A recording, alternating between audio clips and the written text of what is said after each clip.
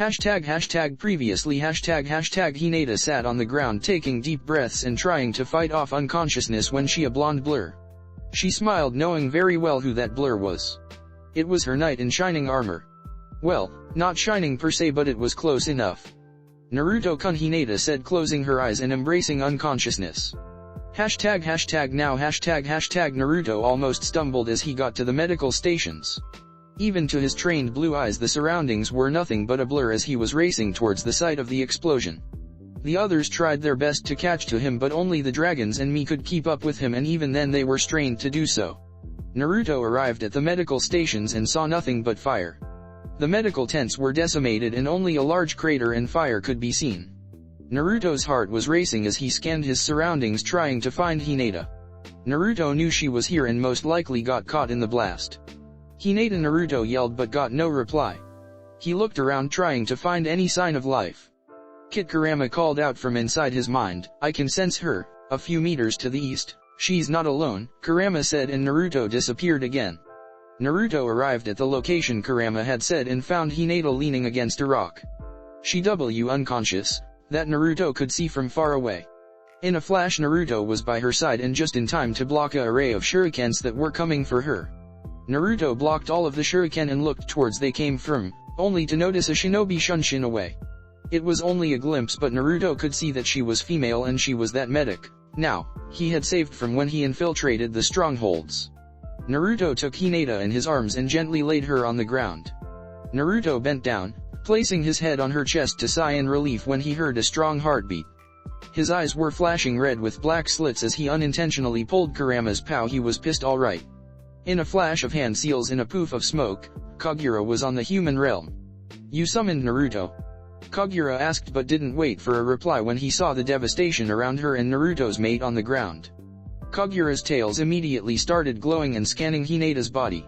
"She's lucky to have survived this blast," Kagura said, but Naruto didn't reply. He just looked at Hinata. "She has a few broken ribs, internal bleeding, and a concussion, most likely from the explosion and getting blasted towards this rock," Kagura explained, and Naruto nodded, his eyes flashing silver.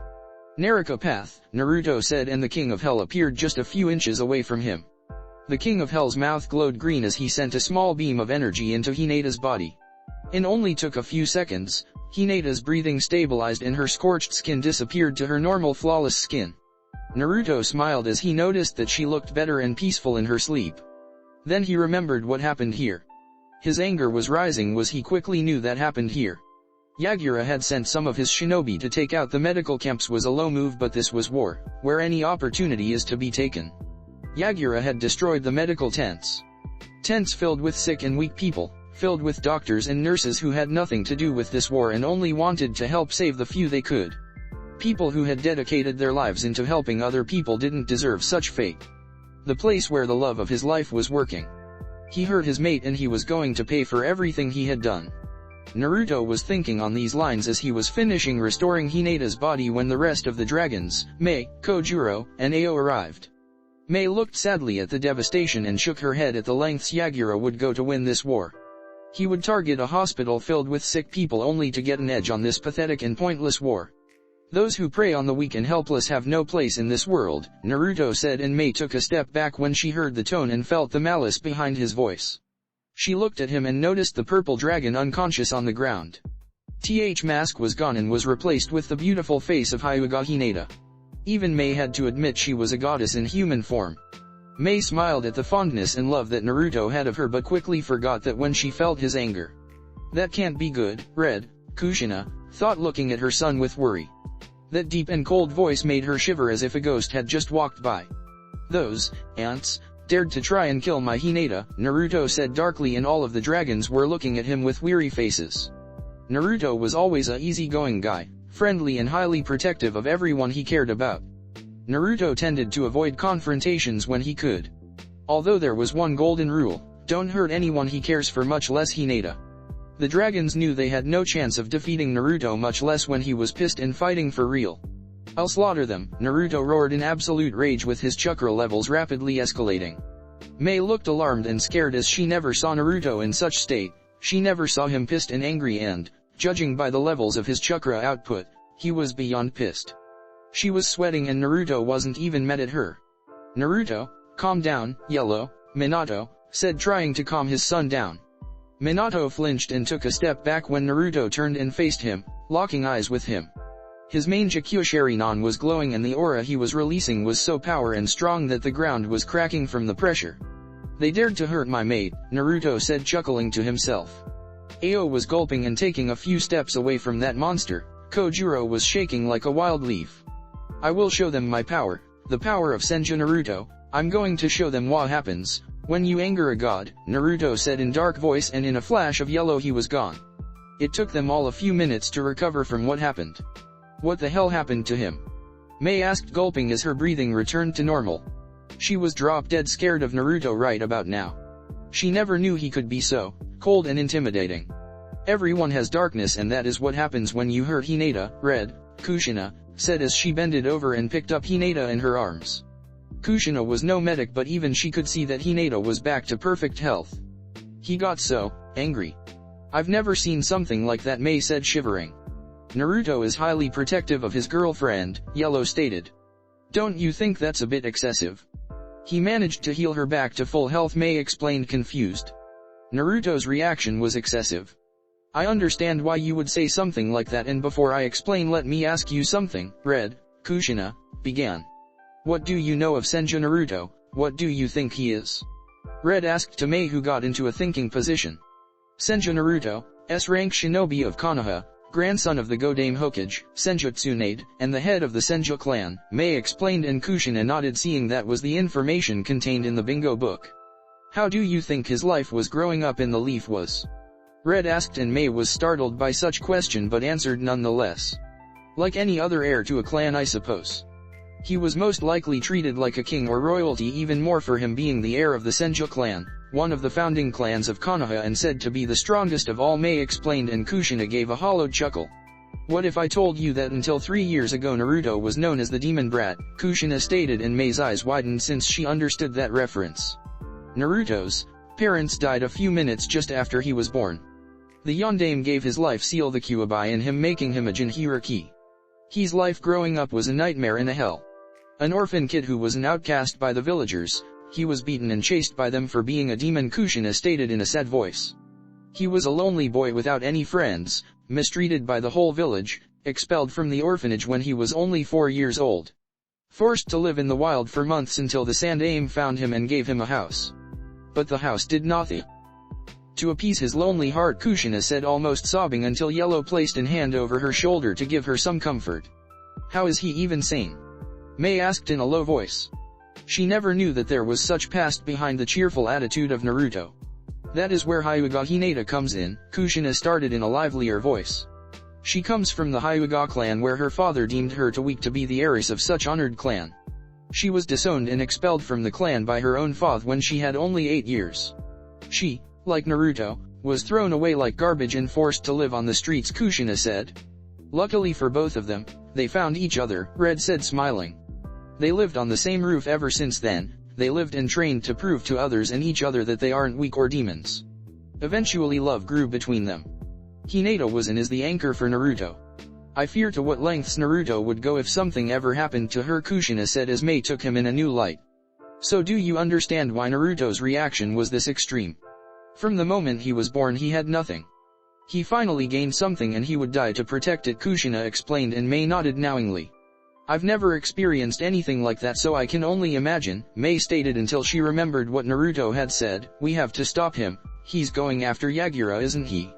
Mei asked, and every dragon nodded. "He's going to kill himself." According to Han, Yagura mobilized the remaining of his army, the village. "There still are around 2,000 shinobi and Yagura himself," Mei said in a panic, getting ready to leave. In the last few days she grew friendly with Naruto. "No," Blue said in his monotone voice, placing a hand on her shoulder. "It's better we stay out of the way unless we want to get caught in the crossfire," Blue said, but Mei wouldn't budge. "Are you insane?" Mei said. "No one can face 2,000 shinobi alone and win, much less an army with their leader having full control over his Baijuya," Mei retorted. "You no idea the extension of his power," Blue said, shocking Mei by his blind faith on his leader. "By tomorrow, Kirigakure will be ours," Blue said, and left Mei stunned in place. "So we are just going to stand here and watch?" Mei asked in a low voice. Unless you want to sacrifice your men then. Yes, Blue said. We are moving close to the village once Naruto begins his attack, Blue explained, and Yellow nodded, flashing everyone to nearby the gates of Kirigakure. My God, Mei stuttered, looking at the village. Hashtag Mizukage's tower, underground facility hashtag you fool, a voice echoed through the whole room. The room itself was very large and had many supporting pillars to keep it from collapsing. From the stone color anyone could clearly tell that this room was deep underground. At the end of the room were two large metal doors that would most likely lead to another area. Back to the two people that were arguing. The person that yelled was standing and pacing around the room, pissed by his subordinate. He was wearing a high-collared black cloak with red clouds emblazoned in it. He had black spiky hair and was wearing a orange mask with a swirling pattern. He was Tobi, or Uchiha Fugaku for those few that knew him. The other person was kneeling in front of him, bowing her head in shame.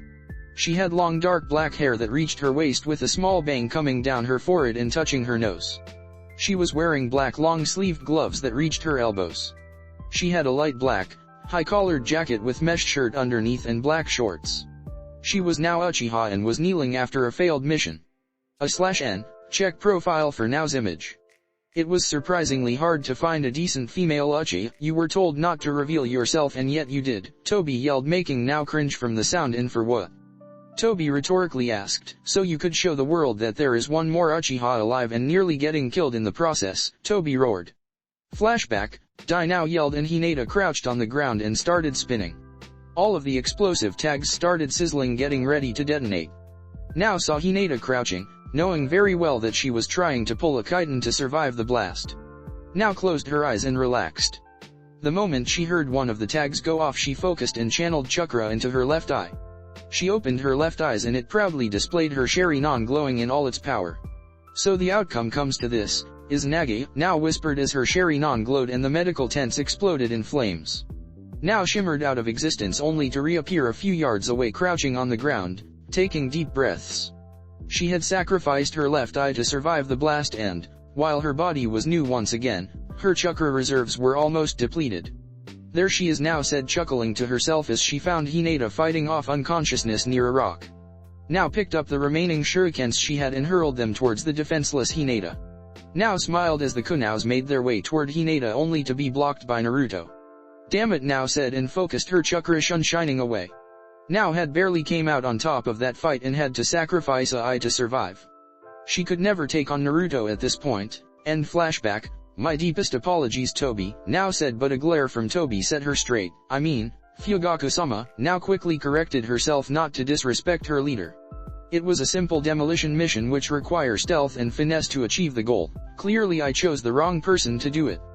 I would have thought that as the second in command for the Uchiha clan you would have more caution, Fugaku stated, looking at her, all the while now kept her head down. She wanted to say no when Fugaku gave her this mission. Now didn't feel right killing injured people.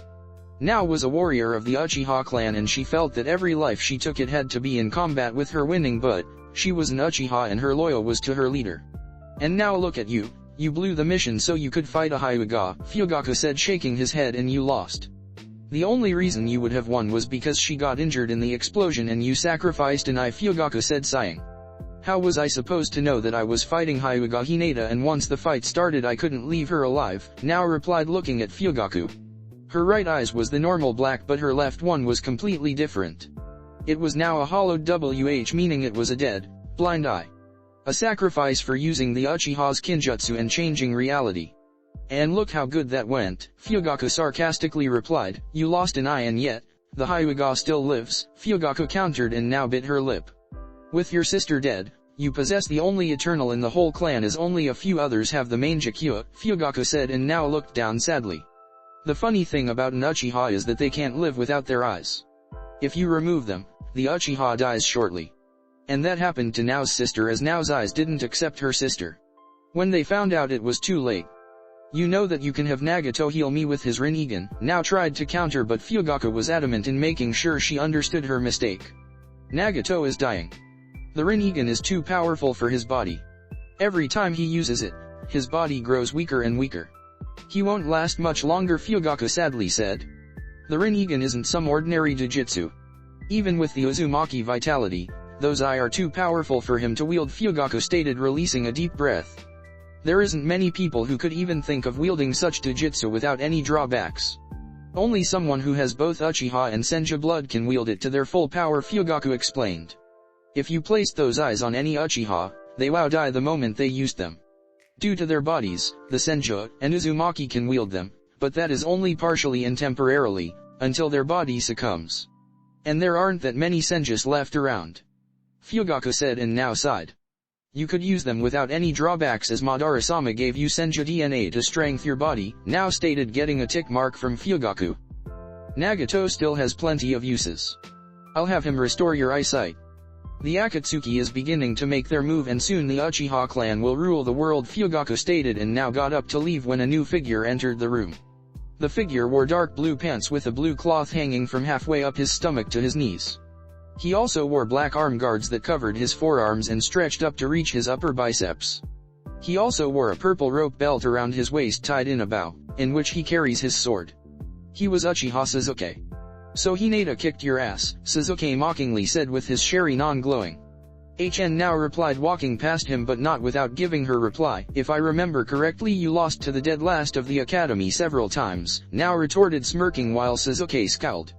He was about to comment when a massive earthquake felt. Fugaku, Sasuke, and now stumbled as they tried to keep their ground. A few specks of dust fell from the ceiling due to the size of the earthquake. This Chakra now said with her eyes widening, who could possess such presence? Now fearfully asked. Fugaku was also curious about this massive Chakra signature that he suddenly felt within the village. Fugaku focused as he felt his Chakra and curse his luck. That would be the pissed off Senju whose girlfriend you tried to kill a few minutes ago, Fugaku stated. So the dobe shows himself, Sasuke said, and was about to leave and go fight him when Fugaku grabbed him by the arm. He's on a different level than you. Patience, Sasuke, Fugaku said, and Sasuke unwillingly agreed, leaving the room. Looks like my pet's hour has come to an end. I can't reveal the Uchihas just yet, Fugaku thought to himself, making his way to the roof to observe just how much Naruto had grown. He was such a obedient pet. Such shame, Fugaku sadly thought. Gather the clan, Fugaku said towards Now, who nodded. We are moving out of Kirigakure, Fugaku said as he left the room. Hashtag few minutes earlier, Kirigakure's main gates. Hashtag it was a calm and silent night in the village of Kirigakure. At least that is what it appeared to be, because if you looked deeper, you could feel a tense atmosphere with several shinobi running around. After all, they were at war and Yagura had mobilized the remaining army to defend the village against the next assault, which would be in the next few days. It was a full moon and a cloudless night. The moon was shining high in the sky, illuminating the whole village. The shinobi were running around like headless chickens. They had so much to do in so little time. Guards were posted at the gates and to check for any sign of an attack. Armories and blacksmiths were working non-stop to produce weapons and armor for the shinobi to use. Man. I hope those monsters attack soon so that Yagura-sama can wipe them out and get this over with, one of the guards stated to his companion, who seemed bored as well. Apparently no one liked doing guard duty. After all, you just sit there looking out for threats and stamp papers all day. Couldn't agree more, the other guard replied, yawning. The guard stretched and opened his eyes, getting up, when he saw a small flare on the distance. What is that? The guard asked, looking at the distance. There was a small flare on the distance. It looked like a small campfire or something similar. What? The other guard asked as his companion's eyes widened. That, the guard yelled, as he jumped off, when the small beacon on the distance was quickly approaching. The other guard didn't even have time to blink as the small beacon became a gigantic wall of white-hot flames. The walls and gates were engulfed by the flames with such intensity that even rock started melting. Raise the aller dash, the surviving guard yelled, but that was cut off by a sword through his chest. The last thing the guard saw was a pair of deep blood-red eyes. I'll show them the despair the bloodlines users felt, Naruto said as he blurred towards the village with his sword at hand. Naruto was running through the village when the shinobi started gathering up in front of him. In just a few seconds the whole army was standing in front of him, with Naruto looking at them impassively, his yellow hair flowing in the wind. Truly amazing, Yagura said as he watched the battle from the top of the Mizukage's tower. 2,000 shinobi stand in front of you and you don't even blink, Yagura said, astonished. When I'm done with them, Naruto said, pointing his sword towards the army. I'm coming for your head, Yagura, Naruto stated, and the army started laughing. Do you really think you can get past us? one of the shinobi said while other laughed. I'm not getting past you. When I'm done slaughtering every one of you, I'll be going for Yagura, Naruto stated, and the shinobi quickly shut up. Let me show you the power of a god, Naruto stated, and began unleashing his silver chakra that seemed to complement the moon in the sky. His hair began to flap wildly and the ground began to crack as his aura skyrocketed. The shinobi army decided that enough was enough and rushed Naruto. Suddenly the whole village felt his chakra and anger and buckled to his power. A few shinobi stumbled as they ran once they felt his true power. They were gasping for air and dropping to their knees as Naruto unleashed his chakra. Katon, Gokamekyaku, Great Fire Annihilation, Naruto said, forming the horse hand seal and pumping his lungs with chakra. A colossal wall of flames erupted from his mouth and rocketed towards the shinobi army, scorching the ground and destroying everything in its path. The shinobi army's eyes widened at the sheer magnitude of the jutsu. Water users quickly rushed to the front lines to try and mount some kind of defense. Sujin Hiki, water wall, dozens of shinobi shouted, releasing water from their mouths to stop the onslaught of the flames. The water collided with the fire and it was enough to stop it in its tracks. Once the clash was over, a big steam cloud washed over the battlefield from the jutsu clash. Naruto smiled as his sword sparkled with electricity and he rushed head-on against an army of 2,000. There was no other word for it unless slaughter. These weak shinobi posed no threat against Naruto. Naruto ducked under one punch and kicked another shinobi, blasting him away from the power of the strike. Left and right, shinobi were getting tossed aside like rag dolls. There was no stopping him. They could barely track Naruto, and once they got close to him it would be over. The fact that it was night coupled with the steam cloud made it worse for the shinobi, who were dropping like flies. Futon, Daitapa, Great Breakthrough, a shinobi shouted and sent a gust of wind that sent Naruto flying back, but he quickly flipped mid-air and landed gracefully on the ground. Naruto's eyes glowed as he made a single tiger hand seal. Anton, Gokamekyaku, Inferno Style, Great Fire Annihilation, Naruto said, and instead of the usual white-hot flames, pitch-black ones came from his mouth. But, unlike the other ones, there was no stopping this attack. Blocking this attack wasn't an option, as the army soon discovered when the black wave clashed with a water shield and easily evaporated it. Black flames spread through the battlefield, decimating a chunk of the army as the others scrambled. The army watched in fear as the black flames descended upon them. They ran out of the way, but a small contact and it was all over. They screamed and rolled on the ground, trying to put out the black flames. Once the unlucky ones have been dealt with, the army retook their positions, all the while watching the black flames burning on the side. Now they understood who they angered and who they were facing. The heated air went to the sky and started forming clouds, and rain started to fall. Soon enough thunders could be heard, illuminating the whole sky with their power. Due to the clouds and being night, darkness covered the whole village. The only light they had was that of a few fires created from the destruction and lightning bolts in the sky. 300 down, Naruto started as his eyes glowed once again. 1700 to go, Naruto said as he was surrounded by a silver aura. The aura started expanding and forming a shield around Naruto. It was the beginning stage of the Susanoo. A single rib-caged form stood around Naruto as it began to grow and grow. Soon the ribcage started growing out and getting covered by a small layer. What monster is he? A fearful shinobi asked as he looked towards the monster figure that surrounded Naruto. He was some kind of silver ethereal humanoid with black teeth. The humanoid's hands glowed and a weapon appeared in each of his hands. The Susanoo's hands glowed and chakra expanded outwards, forming some kind of sword. At the end of the sword it was a long curved blade. Those were scythes, the weapon that Naruto's Susanoo decided to show. Some say that the Susanoo's weapons are the ones the user is truly meant to wield during his lifetime, but Naruto had a suspicion it had something to do with the deal he made with the Shinigami.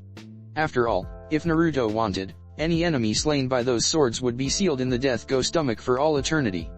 Flashback, training trip, snake rightward arrow, boar rightward arrow, ram rightward arrow, rabbit rightward arrow, dog rightward arrow, rat rightward arrow, bird rightward arrow, horse rightward arrow, snake rightward arrow, clap hands.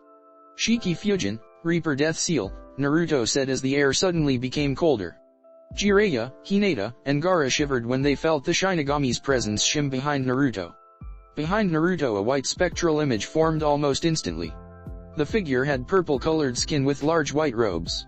He had 2 red horns and 2 fangs with black teeth. He had long white spiky hair and on his mouth a large knife. On his hands H had a chain of red beads. "What did you summon me for, mortal?" the death god asked, annoyed. His voice was like ice. It seemed that yet again, another human had dared to summon him to his bidding. I have a proposition for you, Shinigami-sama, Naruto said, but the Shinigami didn't look pleased. I don't deal with mortals. So if this is what you summoned me for, I'll take your soul, the Shinigami said, and extended his arm towards Naruto's chest, who remained in place. Shinigami's hands grasped Naruto's soul tightly and pulled, and pulled. Shinigami's eyes widened when he couldn't remove his soul. I'm no ordinary mortal, Naruto said with his Rinnegan blazing, staring the death god in the face. You dare defy me, human? I'll have your soul destroyed, the Shinigami roared, and Hinata, Jiraiya, and Gaara just scrambled away from his fury. Jiraiya just watched how Naruto stood in front of Death God himself, fearless. You and I both know that destroying a soul is impossible. They are like the Baijos. They are made of pure energy and that can't be destroyed, only sealed away, Naruto stated, much to the anger of the Shinigami. How about you hear my offer? Naruto asked, and the Shinigami unwillingly accepted. What can you offer me, mortal? The Shinigami asked, intrigued by this human. Even though he possessed the eyes of the gods, he should be able to remove his soul without even trying. A way to stop mortals from summoning you, Naruto said, and the Shinigami grew curious. Speak, the Shinigami said, and motioned for Naruto to go on. Currently there are 3 people alive that can summon you. In exchange for allowing me to take the single soul you possess and me alone the ability to summon you, I will make sure no one ever learns how to summon you, and I will destroy the Uzumaki clan's Death Reaper mask, Naruto stated. I see, the Shinigami replied in thought. This mortal did raise some good points. In a simple exchange of giving him the single soul he possessed, he could refrain from humans ever summoning him again, with the exception of this mortal. We have a deal. Once the mask is destroyed, summon me and I will allow you to take the soul I have. The Shinigami and Naruto smiled and bowed his head. However, betray me and make sure your soul will never enter the pure world, the Shinigami said, and left. Now to destroy this mask once and for all, Naruto said, and with a glance, the mask erupted in black flames until it was nothing more than ashes flying in the wind. End flashback. The Kirigakure army was looking at the monstrosity in front of them. With the silver color and those scythes, every single shinobi felt as if they were staring at death himself that came down to judge them all. Every single shinobi felt a shiver crawl up their spine as Naruto's chakra spiked and he began his onslaught. Katon, Kukaku no Jutsu, Great Fireball Technique, Suten, Suiari Udan no Jutsu, Water Dragon, Suten, Daibakufu no Jutsu, Waterfall Vortex. The Kirigakure's shinobi threw jutsu after jutsu at Naruto in an effort of stopping him, but they couldn't. There was no stopping his Susanoo, that was his ultimate defense and his greatest weapon. With a single stroke of his scythes, the ground cracked and dozens of shinobi were blasted back and killed. From inside the Susanoo, Naruto felt the usage of demon chakra. He looked up to see Yagura and his version 2 cloak charging up. Baiju Udama, tailed beast ball, Yagura said, and sent a Baijuya-powered beast ball towards Naruto in an effort to vanquish him for good. Naruto smiled, as the ball approached, and swinged his scythe. With a single stroke, the tailed beast ball was split in half and detonated prematurely. The ball exploded just before it hit Naruto's Susanoo, causing further deaths in Yagura's army. So the turtle came out to play, Naruto said as he watched Yagura fully transform into his full beast. Yagura had completely transformed into his Baijuya, the Sanbi, and stood behind his army backing them up. Ready, Kurama? Naruto asked his own Baijuya, who smirked in return. Kuki Yos no Jutsu, Kyuabai no Yoko, Summoning Technique, Nine-Tailed Demon Fox, Naruto said, slamming his hand on the ground. There was a large poof of smoke and a big shock wave that blasted most of the shinobi back. Once the smoke cleared, the Kyuabai was standing there, his 9 tails swinging in all of their glory, with Naruto on top on his head. Ruwayaru, the Kyuabai roared and the ground shook from the shockwave. His 9 tails were swinging wildly. Everyone in the village could feel the oppressive and powerful chakra oozing from the Kyuabai. Standing in front of the Kirigakure army was the Kyuabai, most powerful of the 9 Baijuya. Suddenly the Kyuabai laughed, a laugh that echoed through the village. A creepy, dark, and disembodied laugh that drew fear even into the strongest of men. We are all doomed, one shinobi said as he fell to his knees at the face of the enormous fox standing in front of them. Take care of the turtle while I finish up here, lead him away from the village, Naruto said, and Kurama nodded, jumping towards the Sanbi. ##with May and the others ##my, God, May stuttered, looking at the village. There were small fires everywhere, but what stood out was the towering nine-tailed fox in the middle of the village with Naruto standing on top of his head. If those two face off, there won't be a village left when they are done, Mei said as she looked towards the fox getting ready to jump at the turtle. Don't worry, Yellow said to appease her worries, Naruto would never destroy your village. If you watch closely you would see that the destruction is minimal, Yellow explained, but Mei frowned. What about those two Baijos? Mei asked. Look carefully, Yellow said, chuckling. Mei watched as the fox suddenly pounced on the turtle. Kurama picked the turtle by his tails and threw her away from the village. You see, Yellow said, and Mei sighed in relief that she would have a village when TH was over. How can he be so powerful? It's insane. He's beyond cage level, Mei stated as she watched as a single man took down 2,000 shinobi and defeated a Baijuyu. I don't know, he just is, Yellow answered truthfully. Hashtag with Toby hashtag, that is a problem, Toby said looking at the Kyuubi. If he can summon the Kyuubi to the outside and still be able to fight, then the standard duo team of the Akatsuki won't be enough to take him down, Toby mused in thought. And he has great control over his Susanoo, Toby stated looking at the ethereal warrior. Hashtag back to Naruto hashtag. Naruto watched as Kurama battled with the turtle. Even he had to admit that the Sanbi had one hard shell. The Sanbi took a Baiju Udama and came out slightly smoking. Naruto smirked as Kurama taunted the damn turtle every single time he could. I guess he didn't get off in a while, Naruto thought. You bet, it feels good to stretch my legs for real, Kurama replied through their mental link. Naruto chuckled and turned to end his job. There still were about 1,000 shinobi remaining. Naruto focused chakra into his eyes and another pair of arms grew on his Susanoo. Both Naruto and the four's Susanoo's arms made 3 hand seals simultaneously. Ram plus snake plus bird. Tenge Shinsei, shattered heaven, Naruto said as the sky begged to darken even more. A shroud of darkness covered the whole village and many shinobi looked up only to see a large meteorite block their view of the moon and sky. What the hell is this? One shinobi asked, dropping the sword and looking at the rock coming down from the sky. Is this really ninjutsu? Another asked as they all began to retreat away, trying to get clear of the blast radius. Baiju Udama, tailed beast ball, Naruto heard and looked to the left to see a big tailed beast ball heading towards the meteorite. The meteorite exploded into thousands of smaller stones that rained down on the village.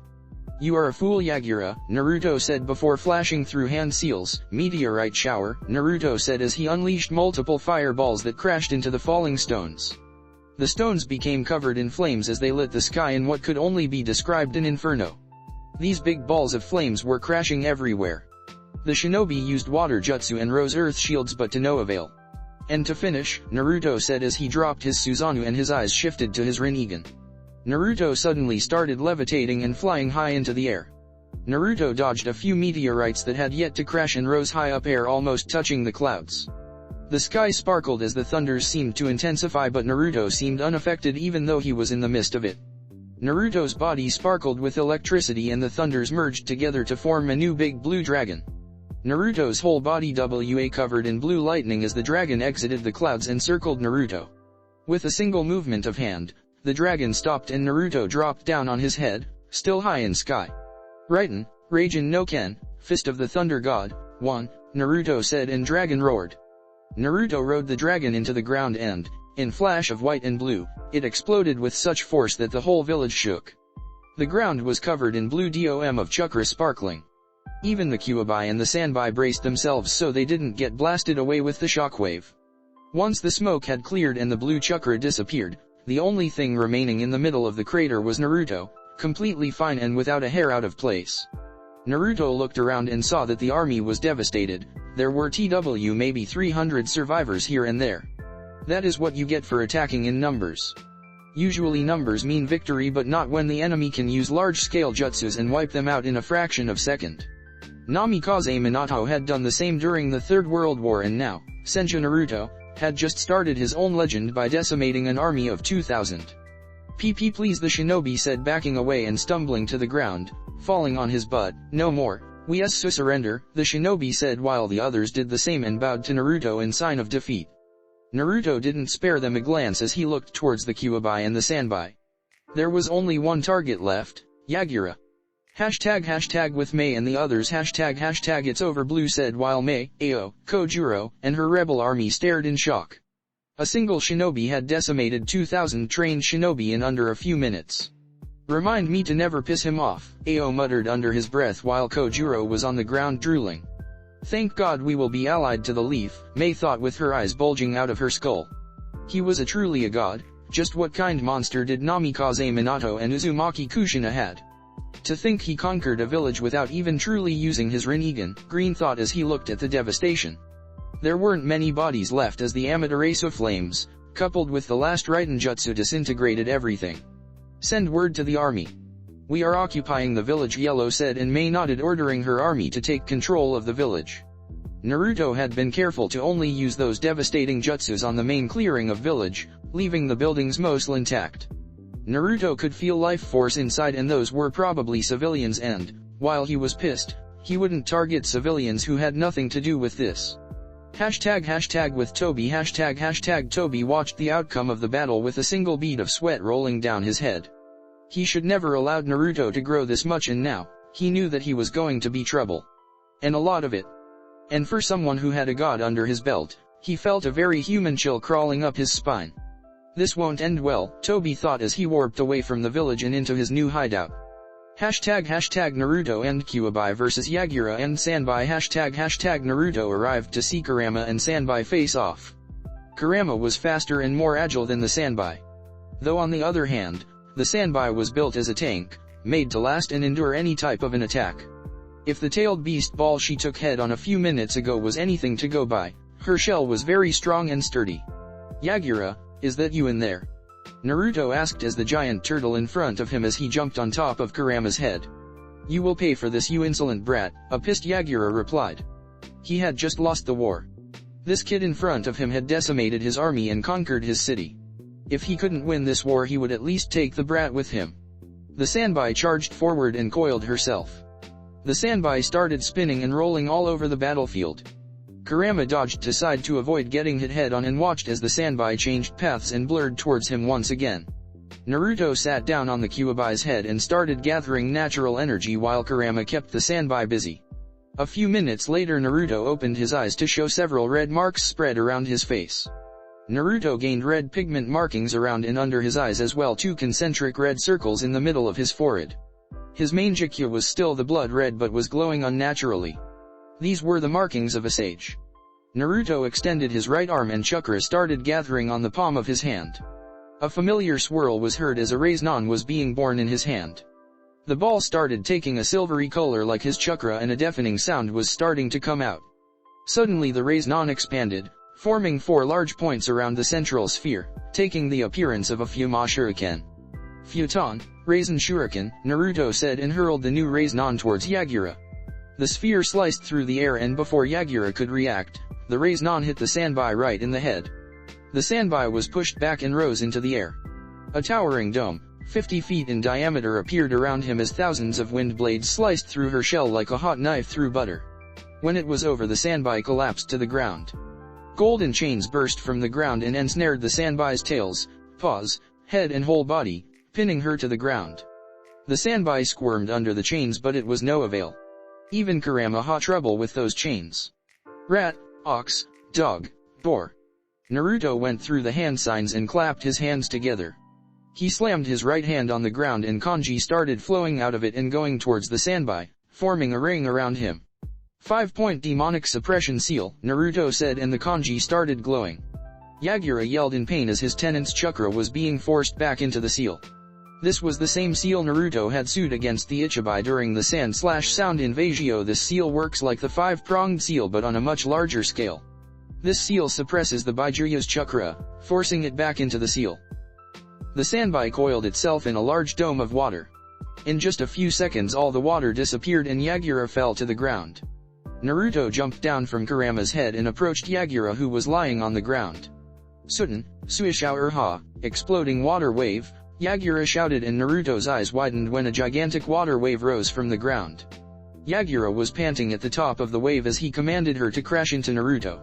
Naruto used his Kamuya left the water hit the ground. Once the wave had calmed down, Naruto jumped on top of the water looking at Yagura. You are still alive, Naruto said looking towards Yagura.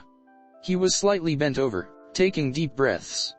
It's over, Yagura, Your reign of tyranny and oppression has come to an end, Naruto said, closing the distance between them. Something is wrong, Naruto whispered to himself, observing Yagura intently. His chakra network was off, very off. His chakra seemed to be all over the place, like he had some genjutsu affecting him. Could it be?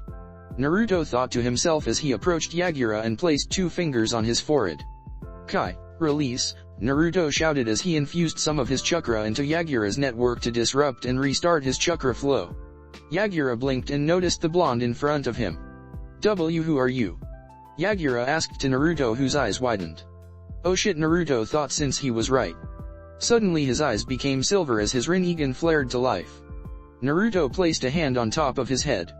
Human path, Naruto said, and started reading Soul. Naruto was rummaging through his memories. A certain orange-masked individual appeared in them. Tobi, Naruto thought angrily. It was all his fault. Tobi had used the Sanbi as medium to manipulate Yagura. He was just another innocent in all of this. What, Yagura said, dropping to his knees and looking at his shaking hands. What have I done? Yagura asked himself, and Naruto knew that look all too well. Regret, and a lot of it. Naruto turned to Kurama when the ground suddenly shook. Naruto quickly turned back to Yagura to had a small smile on his face and a hand on his stomach. Time seemed to slow down as Yagura spoke. Thank you for setting me free. Take care of Kiri for me, Yagura said just before his body exploded and bright light rose to the skies. The light expanded and started reforming in the air. 3 trails suddenly sprouted from the energy. The energy started condensing, gaining a light blue tone and several spikes. The Sanbi was reforming. He took his own life by fully releasing the Sanbi, Naruto sadly thought. Tobi had wrecked yet another village and countless lives. And all for what? Can you blame him? Kurama rhetorically asked. When he became aware of everything he had done, he couldn't live with it, Kurama said, and Naruto nodded, looking at the Sanbi nearly finished reforming. I'll make sure he's remembered for who he truly was, Naruto thought to himself as the Sanbi landed on the ground. Naruto looked up as the Sanbi looked down. Suddenly and out of nowhere, one of the Sanbis came down and crushed Naruto into the ground. I didn't think you would associate with humans, Kurama, the Sanbi said towards his brother. That wasn't very nice, Isabu, Naruto said as he started levitating until he was at eye level with the Sanbi. Those eyes, Isabu said in shock. This human had the Rinnegan, his father's eyes. You see, he's not an ordinary human, Kurama replied, chuckling. Why did you try to kill me, Isabu? Naruto asked, curious. After all, Naruto was the cause of his release. I know all of you humans. You a bunch of power-hungry fools, and I didn't intend to be sealed again, Isabu replied, and Naruto nodded. What if I told that I never intended to seal you? Naruto rhetorically asked towards a surprised Sanbi. In fact, I have a proposition for you, Naruto said. Really? Isabu asked with caution, as humans weren't to be trusted. What do you have in mind? Isabu asked, curious. Yagura's last wish was for me to take care of Kiri. I can't do that since I have Konoha to look out for. I want you to protect this village, but this time, instead of you being a weapon sealed inside some human, I want you to be a guardian. Naruto said towards the surprised Sanbi, who looked interested and surprised by this human. This is your natural habit, Naruto said, gesturing to all the water around the islands. I just want you to be free and while at it, defend this village. I promise that no one from this village will ever try and seal you again, Naruto explained and waited for Isabu's answer. You amuse me, human. I shall accept your proposition. As long as this village and their shinobi don't disturb, I shall do my best to keep them safe, Isabu replied, which made Naruto smile. That is all I ask, Isabu, Naruto replied and turned to Kurama. You can stay and catch up. Tell him about the Akatsuki and such. I'll see you later, Naruto said and swirled away. Truly an interesting human, Isabu said, amused, and turned to Kurama. Do you think he's the one? Isabu asked. I have no doubt, Kurama replied with a smirk. ## 1 week after Yagura's death. ## the land of water was happy. The news of Yagura's death at the hands of Senju Naruto spread through the whole country like a wildfire.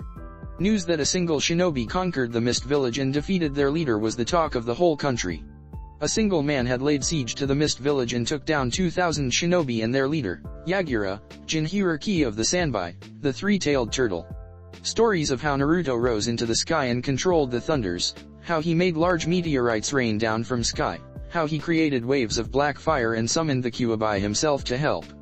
Senju Naruto, Shinobi no Kami, god of the shinobi, as he was being called now, his legend had just started. Years of this war had left the water country weak and isolated from the other nations. A few bloodline users that never took part on the war were finally making their way back to the village since they had no other place to live. The mist village was weak, but they would recover in time. The daimyo was also replaced with a more competent one. Flashback, ## water daimyo's estate ## It was the following day after Naruto had conquered the mist village. After the bloodline army had settled in and everything was taken care of, there was only one thing left to end this pathetic war. A coup d'état against the water daimyo who funded th war. The dragons and Mei were standing outside of the daimyo's estate. It was night and everyone was on edge. If this worked, then the war would truly be over. In with the new, out with the old. The water daimyo had gone along with this war and even supported and funded Yagura. His unfair reign had to come to an end. How do you want to do this? Naruto asked Mei, who brought her hand to her chin. Mei turned to look at Naruto to see his blood-red eyes glowing in the dark. She still couldn't believe that Naruto was this powerful. Poor Kojiro fainted when Naruto regrouped with them after defeating Yagura. Naruto had conquered the mist village and in the end he wasn't even tired, he didn't have a hair out of place or a scratch in his armor. I'm done playing games with him, Mei stated in a serious voice. We are taking the front door, Mei said and jumped out of the shadows. The moment she touched the ground, Mei blurred and the two guards guarding the main gate dropped to the floor unconscious. Works for me, Naruto said and, with a slight wave of hand, ordered the dragons to advance. Yatun, Yokai no Jutsu, lava release, melting apparition technique, Mei said and released a wave of lava from her mouth. The lava covered the gate and started melting it. A few seconds, the once rock-hardened gate was nothing more than melted something on the ground. The alarm echoed through the whole estate as several shinobi dropped from the main tower to defend their leader. Several samurais also stepped outside from the ground houses and surrounded the individuals. The samurais took out the swords and grasped them strongly when they recognized just what they were up against. I am here for you, daimyo, Mei yelled loudly from the ground. She enhanced her voice with chakra to make sure he would hear her. Everyone waited patiently until the wooden door bursted open and the daimyo stepped out into the balcony, high you in the daimyo's tower. He must have tough, he was safe up there, he even had his traditional blue hat on. You dare to attack me, the daimyo roared from his tower. He was pleased that the war had ended, but he didn't count on being attacked by the same person that won the war.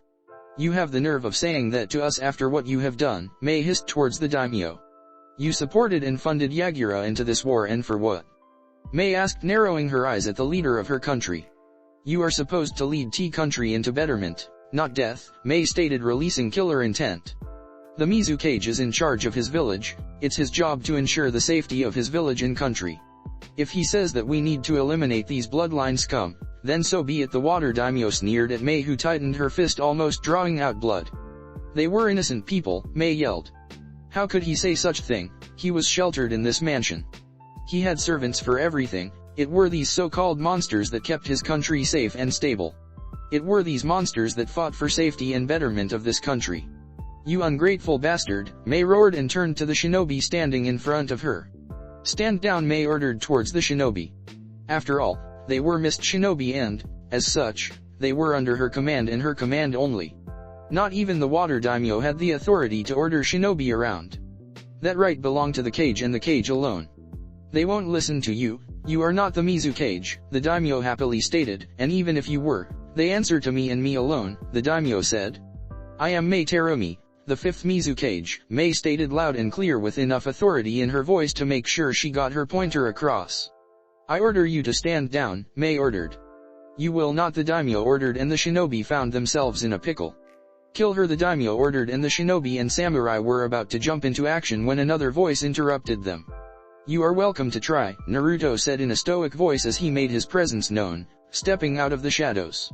Every single shinobi took a step back, noticing the presence of the man that single-handedly defeated Yagura and conquered the mist village.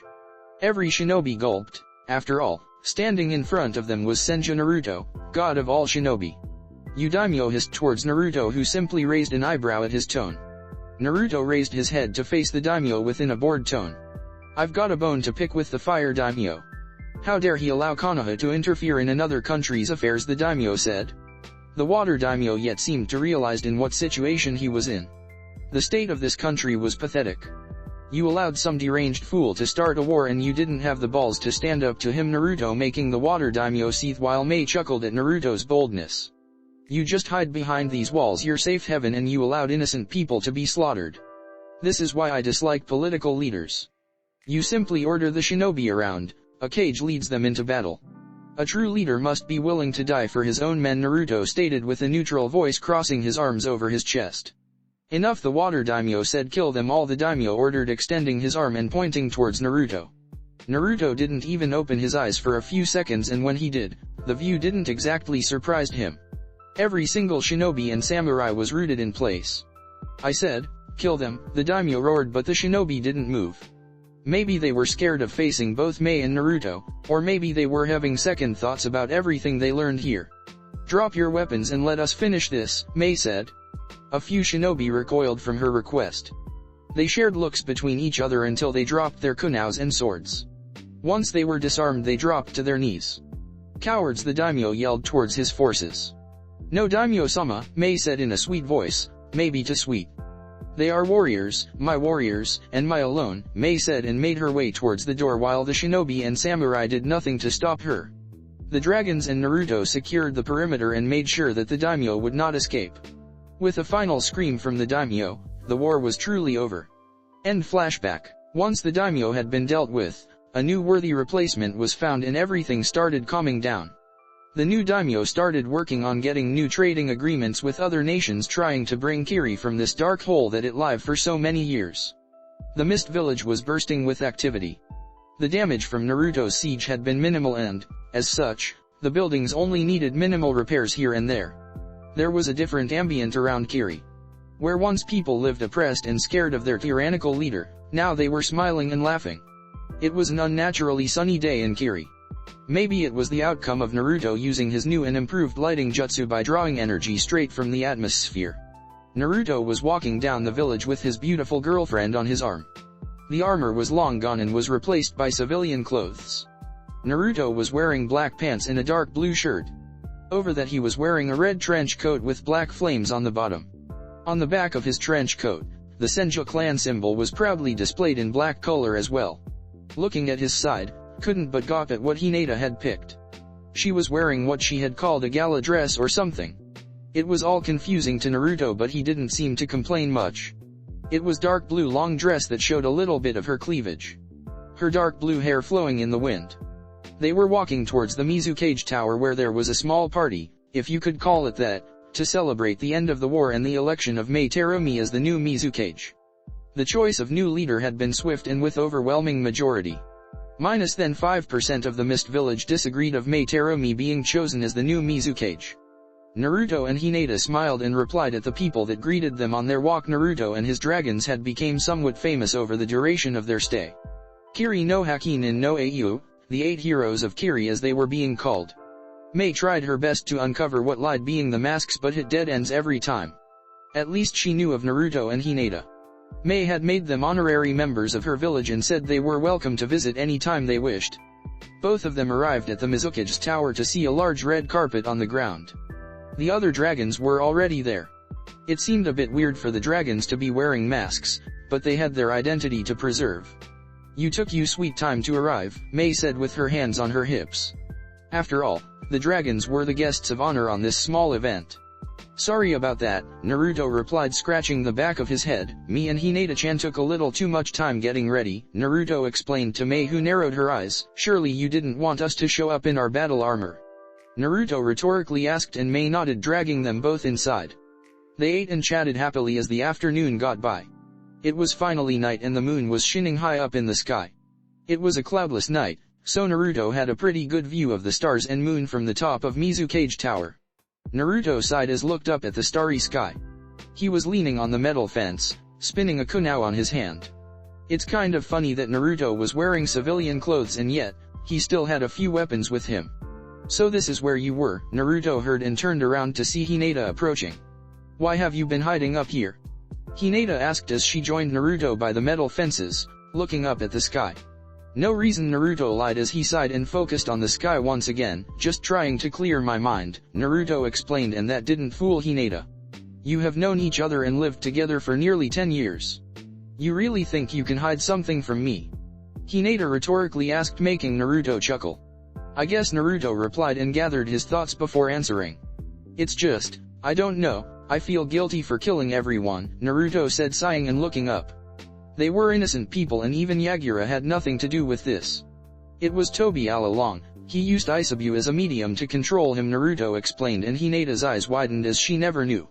Naruto didn't tell anyone about Yagura being controlled. When I saw you there, lying there on the floor.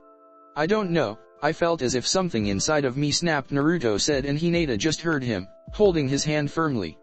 I knew I could bring you back even if you died, but, just seeing you there on the ground unconscious and in pain, I got so angry that I didn't even think properly and just rushed the village to kill Yagura, Naruto explained, sighing.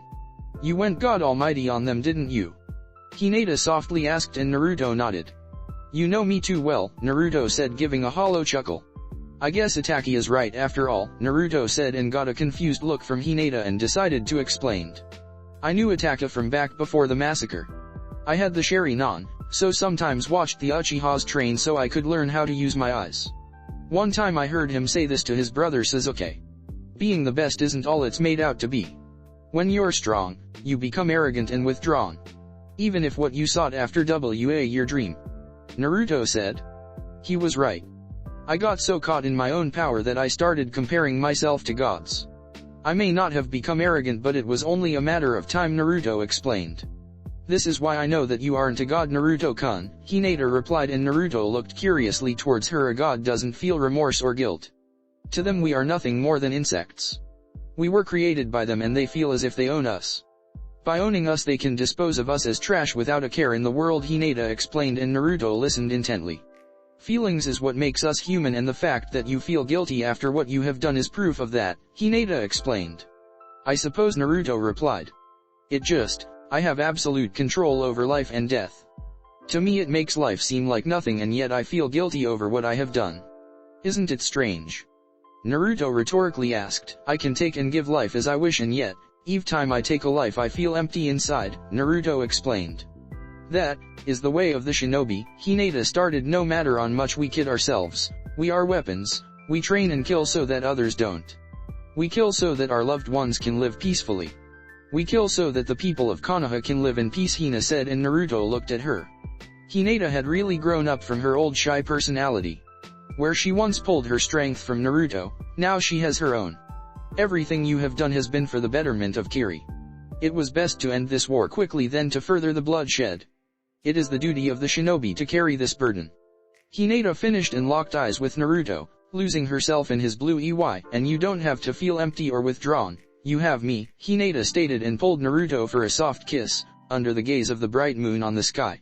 Naruto forgot all about his problems and focused solely on his girlfriend. He wrapped his arms around her waist and pulled her closer, deepening the feeling of bliss and love. Hinata wrapped her hands around his neck, pulling him closer as well. They lost in their own world that they didn't notice the presence of the dragons, that witnessed the whole thing from the beginning. Red, Kushina, and Black, Mito, fanned over the couple kissing under the moonlight. Naruto and Hinata split when they heard that sound.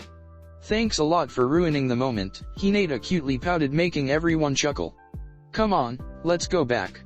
Mei's speech is about to begin, Yellow said, and Naruto and Hinata followed them, still holding hands. Nothing would split them apart, not even death. Hashtag Mizuki's Tower hashtag excellent, Ao said as he watched the dragons step in through the large double doors. Now that our guests of honor are here we can begin, Ao said, and the crowd quieted down and listened to what Ao had to say. Today is day of celebration. Today marks the official end of the Bloodline War and the rise of our new Mizukage. Several days ago, Yagura was defeated after waging war against his own people for several years, Ao said, and a few people lowered their heads. But that is the past. We are here and we will rebuild. So, without further ado, I present you, Mei Terumi, the fifth Mizukage, Ao said, and the crowd erupted in cheers. From the side door a woman walked out. Mei was wearing her traditional blue dress but was also wearing her cage hat. A dark blue hat with the kanji for water imprinted in the front of the hat. The hat itself was proof that she was the new leader of Tea Country, the new Mizukage. Everyone fell silent as the new Mizukage made her way towards the podium. Mei took a deep breath and started. Kirigakure, we are finally united. This country has been split for far too long. Under the rule of Yagura, the water country had been slow withering away and this war didn't help. But, let's forget the past and work into building the future. I promise I will do my best to lead this country and village to a brighter tomorrow for I am, Mei Terumi, Godame Mizukage Mei stated and the crowd cheered. Everyone was happy that the war was over and they start fresh, so to speak. Mei raised her hand and the crowd fell silent once again. Though this victory isn't only ours to celebrate. This war wouldn't have won so easily and only Kami knows how much time we would have to endure Yagura's reign without Konoha's help. I would like to extend my deepest gratitude to the 8 dragons of the leaf, Mei said, and all of the dragons rose from their seats. I present you, the Kiri no Hakinen no Au, the 8 heroes of the mist, Mei shouted and the whole crowd cheered for their heroes. Who would have thought that Konoha Shinobi would be considered heroes of another foreign country? But this was the start of an alliance that would last for decades to come. This was the first step of the peace the Sage of Six Paths always wanted. As long I'm Mizukage they will always be welcome here in our country. As per our agreement towards the Hokage, Kiri is now fully allied with the Leaf, Mei said and everyone smiled, and I hope this treaty lasts for years to come, Mei said and the crow cheered once again. Now, let's party and get drunk, Mei shouted and everyone chuckled. You know, Hinata started, getting the attention of Naruto. We never danced, Hinata said and Naruto raised an eyebrow. You never said anything about liking it, Naruto said confused. Naruto-kun, every girl wants to be like a princess, even if it's only momentarily, Hinata replied and Naruto nodded. Where did you learn how to dance? Naruto asked curious. The academy, of course. Did you think that the seduction class was only about looking good and charming? Hinata rhetorically asked, but Naruto shrugged his shoulders. Besides, I did learn the basics when I lived in the Hyuga clan, Hinata explained. Sorry Hinata-chan, but I don't know how to dance, Naruto replied timidly, scratching the back of his head. You really are a knucklehead, Hinata said playfully, hitting his shoulder. Your Sharingan can copy more than jutsu, you know. Hinata said amused and Naruto blinked and blinked again as his brain caught up with her. I'm an idiot, Naruto said shaking his head and activating his Sharingan. Maybe, Hinata replied giggling, but you are my idiot, Hinata said pecking him on the lips. Lead on, princess, Naruto said and placed his arm around Hinata's waist while Hinata placed her own arm on his shoulder. Naruto easily caught up with the steps and both danced perfectly and in sync. They danced for what seemed to be hours, never looking away from each other. They were lost in each other's arms. Eventually the music came to an end and they split for a small break and went towards the rest of the dragons. We have to do something, Naruto heard Green, Hashirama, say as they arrived near them. What's up? Naruto asked and Green pointed towards Blue, Tobirama, who sitting down in a table silently watching everyone. I don't follow, Naruto said confused, looking at his great uncle. We have to do something about him. Even back in the day he was always sulking and brooding around in the corners. If it wasn't for my sensing abilities I could swear he was an Uchiha, Green said and Naruto's sweat dropped. What do you propose? Black, Mito, asked curious as to what her husband had planned. A woman, Hashirama said nodding his head, confident on his choice. You want to set up him with a hooker? Yellow, Minato, asked tilting his head to the side confused. Red, Kushina, smacked in the head and dropped him to the floor. Why are all men idiots? Red rhetorically asked. You can make space-time jutsu that allows instant teleportation, but understand women ga, Kushina almost shouted. Even after you rescued me, I had to pin you to the wall and shove my tongue on your throat for you to realize I liked you, Kushina said and Minato pouted while everyone chuckled. I know just the person for him, Naruto said with his eyes twinkling with mischief. And who is that person? Hashirama asked and Naruto pointed to a woman with red hair and blue dress. Oh, she is perfect for him, Hinata said thinking about the new couple. Sure, until she gets pissed off and melts his balls, Minato sarcastically replied. Will you give it a rest, Kushina replied smacking Minato again. Now, how should we do this? Kushina asked and the dragons began plotting Tobirama's fate while he was completely unaware. 5 minutes later everyone was in position. Get your ass up, Black, Mito, shouted as she appeared next to the brooding Tobirama. What do you want, Black? Tobirama asked slightly afraid of her tone. Hell hath no fury as an angry Uzumaki, or Senju for that matter. We are going to dance, now up, Mito said, and Tobirama complained. Why don't you take this with my brother? He is your husband after all, Tobirama complained as he just wanted some peace of mind. Now Mito growled and Tobirama jumped to his feet. That's better, Mito said and dragged him to the dance floor. Tobirama and Mito were dancing, much against Tobirama's will, but he thought this would be the safest way. Here, Hinata said as she approached him. Have a drink, Hinata offered, and Tobirama was about to refuse until he saw the murderous look on Mito's eyes. Even through the mask he could feel her gaze drawing a hole in his skull should he refuse. Tobirama shook his head and gulped down the sake. I wonder when is this nightmare going to end, Tobirama thought to himself as someone poked him in his back. Heads up, Naruto said, and Tobirama got confused until he felt Naruto's foot on his back. Tobirama flew through the room. Naruto used his gravity manipulation to make sure Tobirama didn't collide with anyone and found his way into the arms of the right person. It only took a second for Tobirama to collide with someone's back. Oh my, May stated, looking amused at Blue. You know? You don't have to crash into me to ask me for a dance. I'm not that hard to approach, May said and offered him her hand for a dance. Tobirama looked conflicted and thought best to accept, otherwise his balls might be in danger. I'm going to kill that brat, Blue angrily thought as he took her hand and led her to the dance floor. Success, Naruto shouted and every dragon cheered. Hashtag Omegakure hashtag. In a dark cave, a lone figure could be seen walking towards another who was by the door. The one by the door had spiky orange hair with multiple piercings on his nose, chin, and ears. He was wearing a long black cloak with red clouds. He was Pain, leader of the Akatsuki. Pain, the other person, called out as he approached. He had the same cloak with black spiky hair and had an orange mask. It's time, Toby said, and Pain nodded, flashing through hand seals. In some unknown cave, 10 spectral figures could be seen standing in the dark. Every single one of them had the standard black cloak with red clouds. They were standing in a perfect circle. Before we begin, I would like to introduce our newest member, Toby, Pain said as Toby waved to everybody. Toby is a good boy, Toby cheerfully stated, being his orange mask. I guess these meetings won't be so dull now, Kisame said, laughing, while Itaki remained his stoic person. As of now we are back to 10 members. Deidara, Sasori, Kakuzu, Hidan, Itake, Kisame, Zetsu, Toby, Konan, and me, Pain started.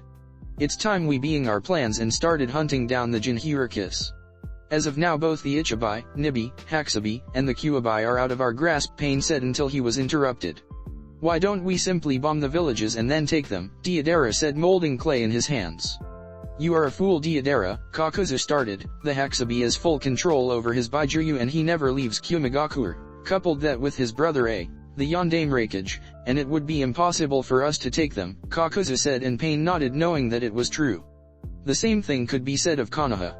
According to my spies, the Kyuubi brat has grown strong, Pain said. How strong? Itaki asked, curious about the growth of Naruto. Strong enough to take 2,000 shinobi and Yagura himself when he conquered the Mist Village alone, Pain said, and Itaki's eyes widened.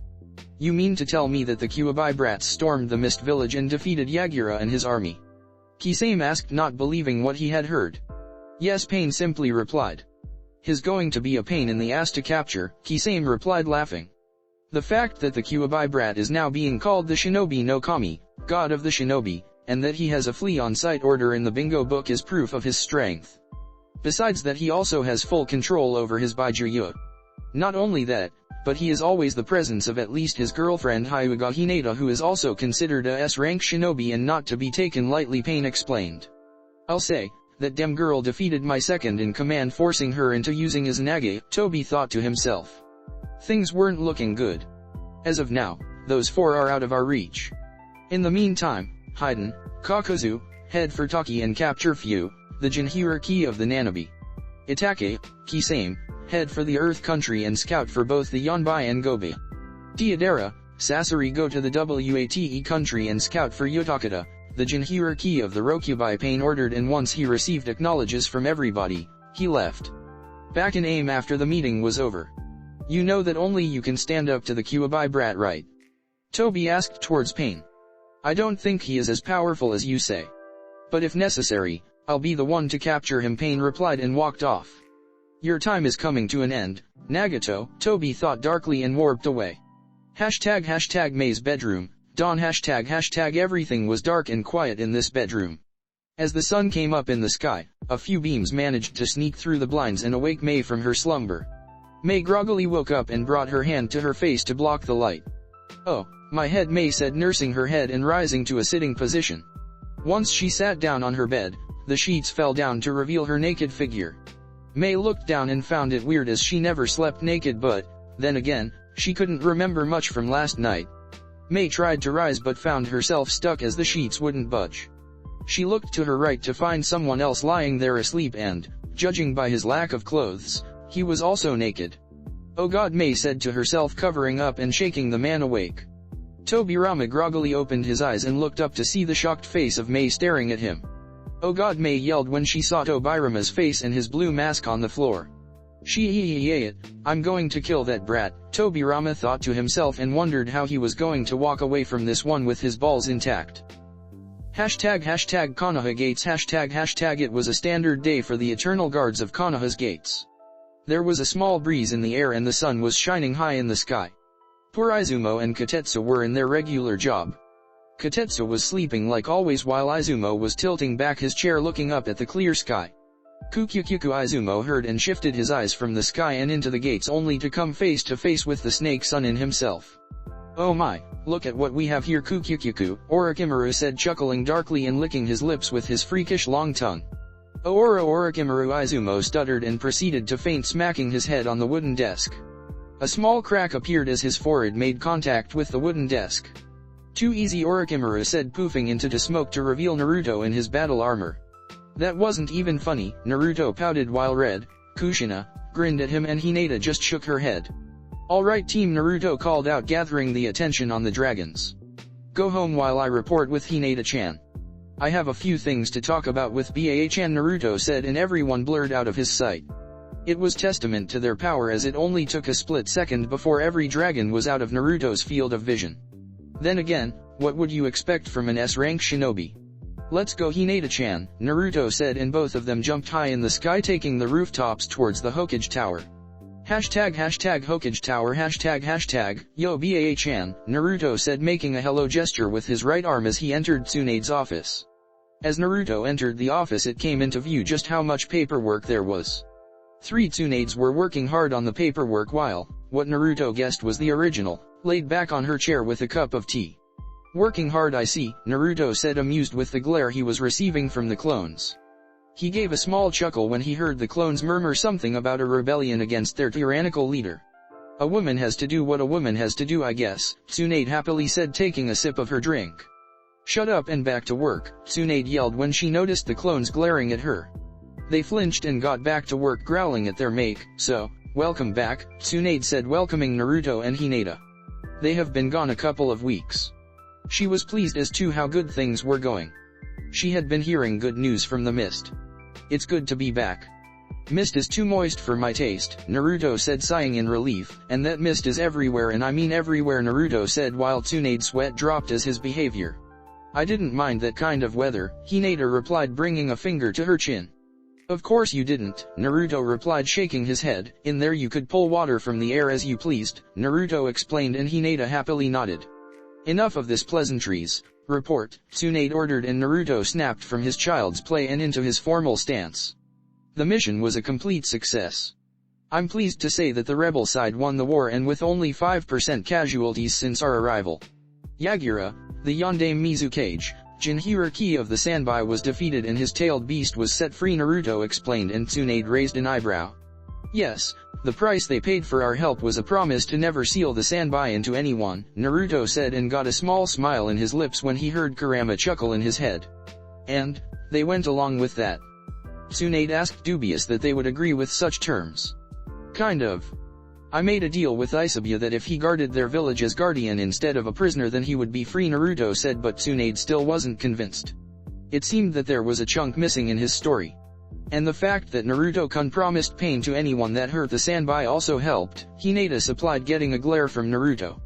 Tsunade didn't need to know that Naruto was already threatening their allies. "I should have known," Tsunade said, shaking her head. She should have known that side of Naruto to make sure that the Byakuya were treated fairly like any other living being. Here Naruto said and threw a scroll towards Tsunade, who easily caught it. What's this? Tsunade asked as she unwrapped the scroll, but Naruto shrugged his shoulders. The scroll was addressed specifically towards Tsunade and Naruto didn't have the right to open it instead of her. This. Tsunade stared with her eyes wide and looking at the content of the scroll. What's wrong? Naruto asked, curious as to what would get such reaction from Tsunade. It was like someone had just offered to pay up all of Tsunade's debts while giving her sake.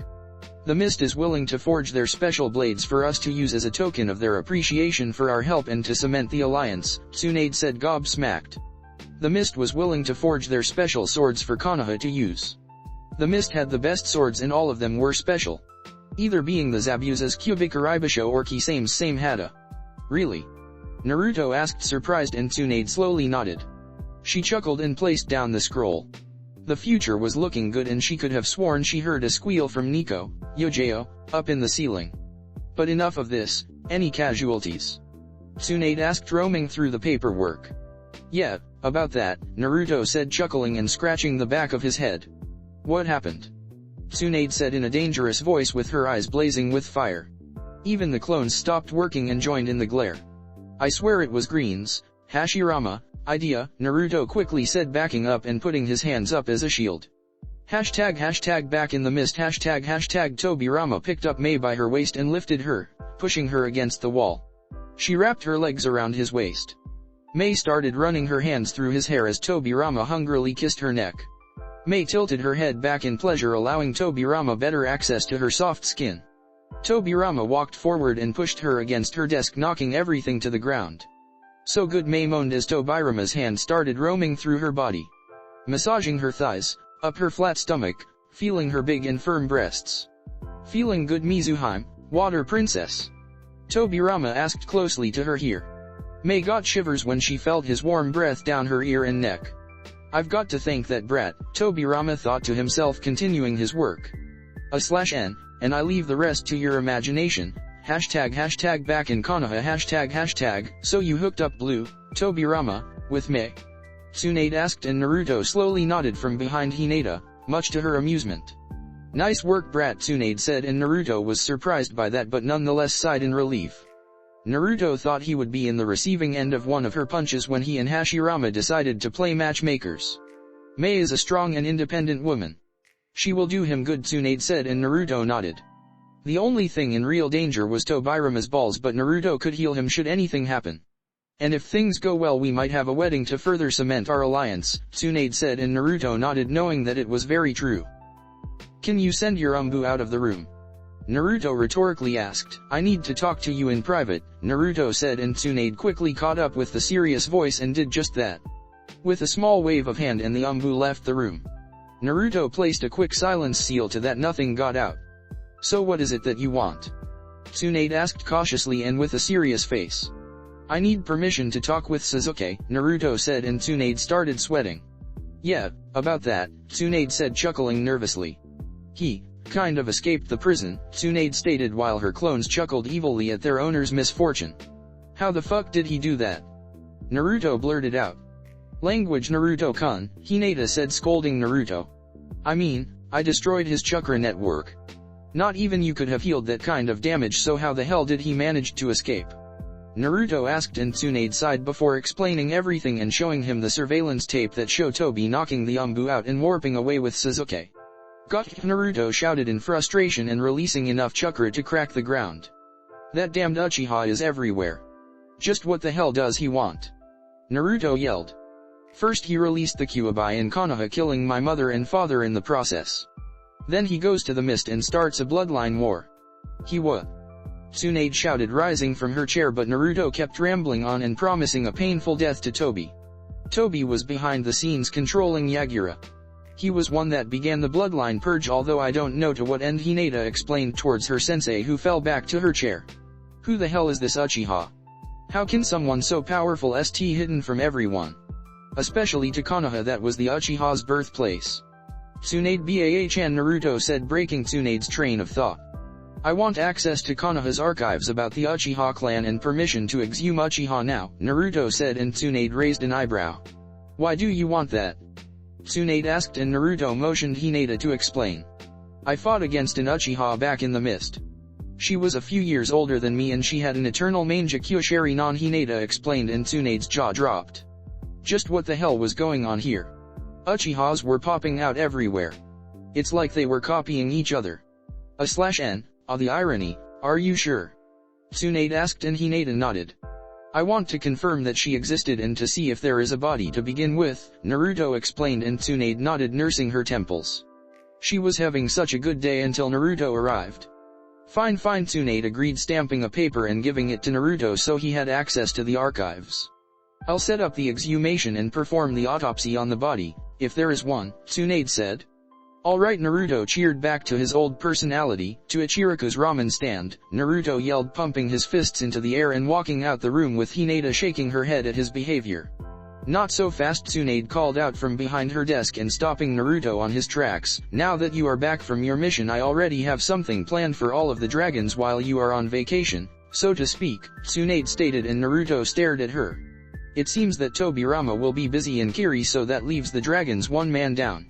Since our Umbu commander decided to get himself killed I need Hashirama and Minato on Umbu duty Tsunade explained roaming through the maze of papers before turning to Hinata. Hinata-chan, I need you at the hospital. We are short on personnel and you could really help us out Tsunade said and Hinata nodded. As for you Naru-chan, I have a very good assignment, Tsunade said chuckling and Naruto raised an eyebrow at her tone. I want you to participate on a small lecture at the academy for the students, Tsunade said and Naruto stared at her. You want me to what?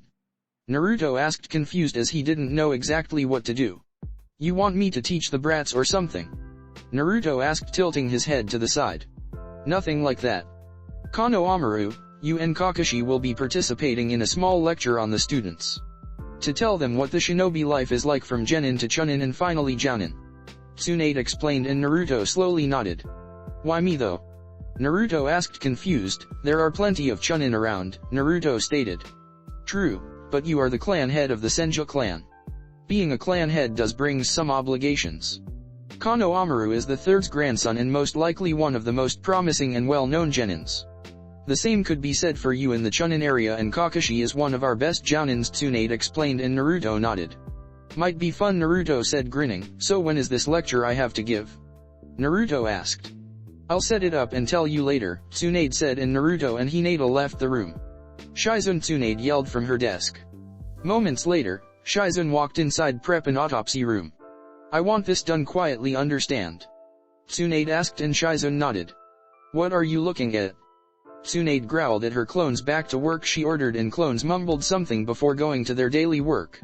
Tsunade sighed tilting back on her chair. The wonderful life of a cage, Tsunade said taking a sip of her tea.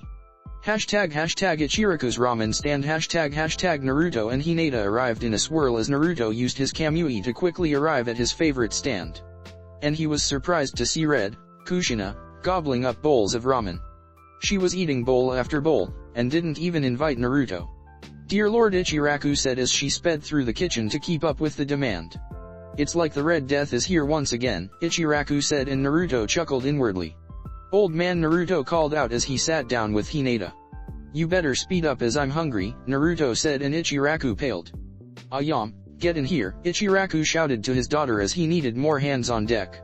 Ayam ran into the kitchen and barely was able to greet Naruto before Ichiraku shoved a bowl in her face. How about a contest to see who eats more? Naruto asked Red who grinned behind her mask. Ichiraku paled when he heard that. It was a shame he didn't know any clone technique. Ready? Red said as both of them picked up their chopsticks. Hinata and Yellow, Minato, could only shake their heads at their face-off. Set Red said as a bowl of ramen was placed down in front of each Guru Red said and in a flash the bowl was empty. Ichiraku was running from place to place that he was sweating.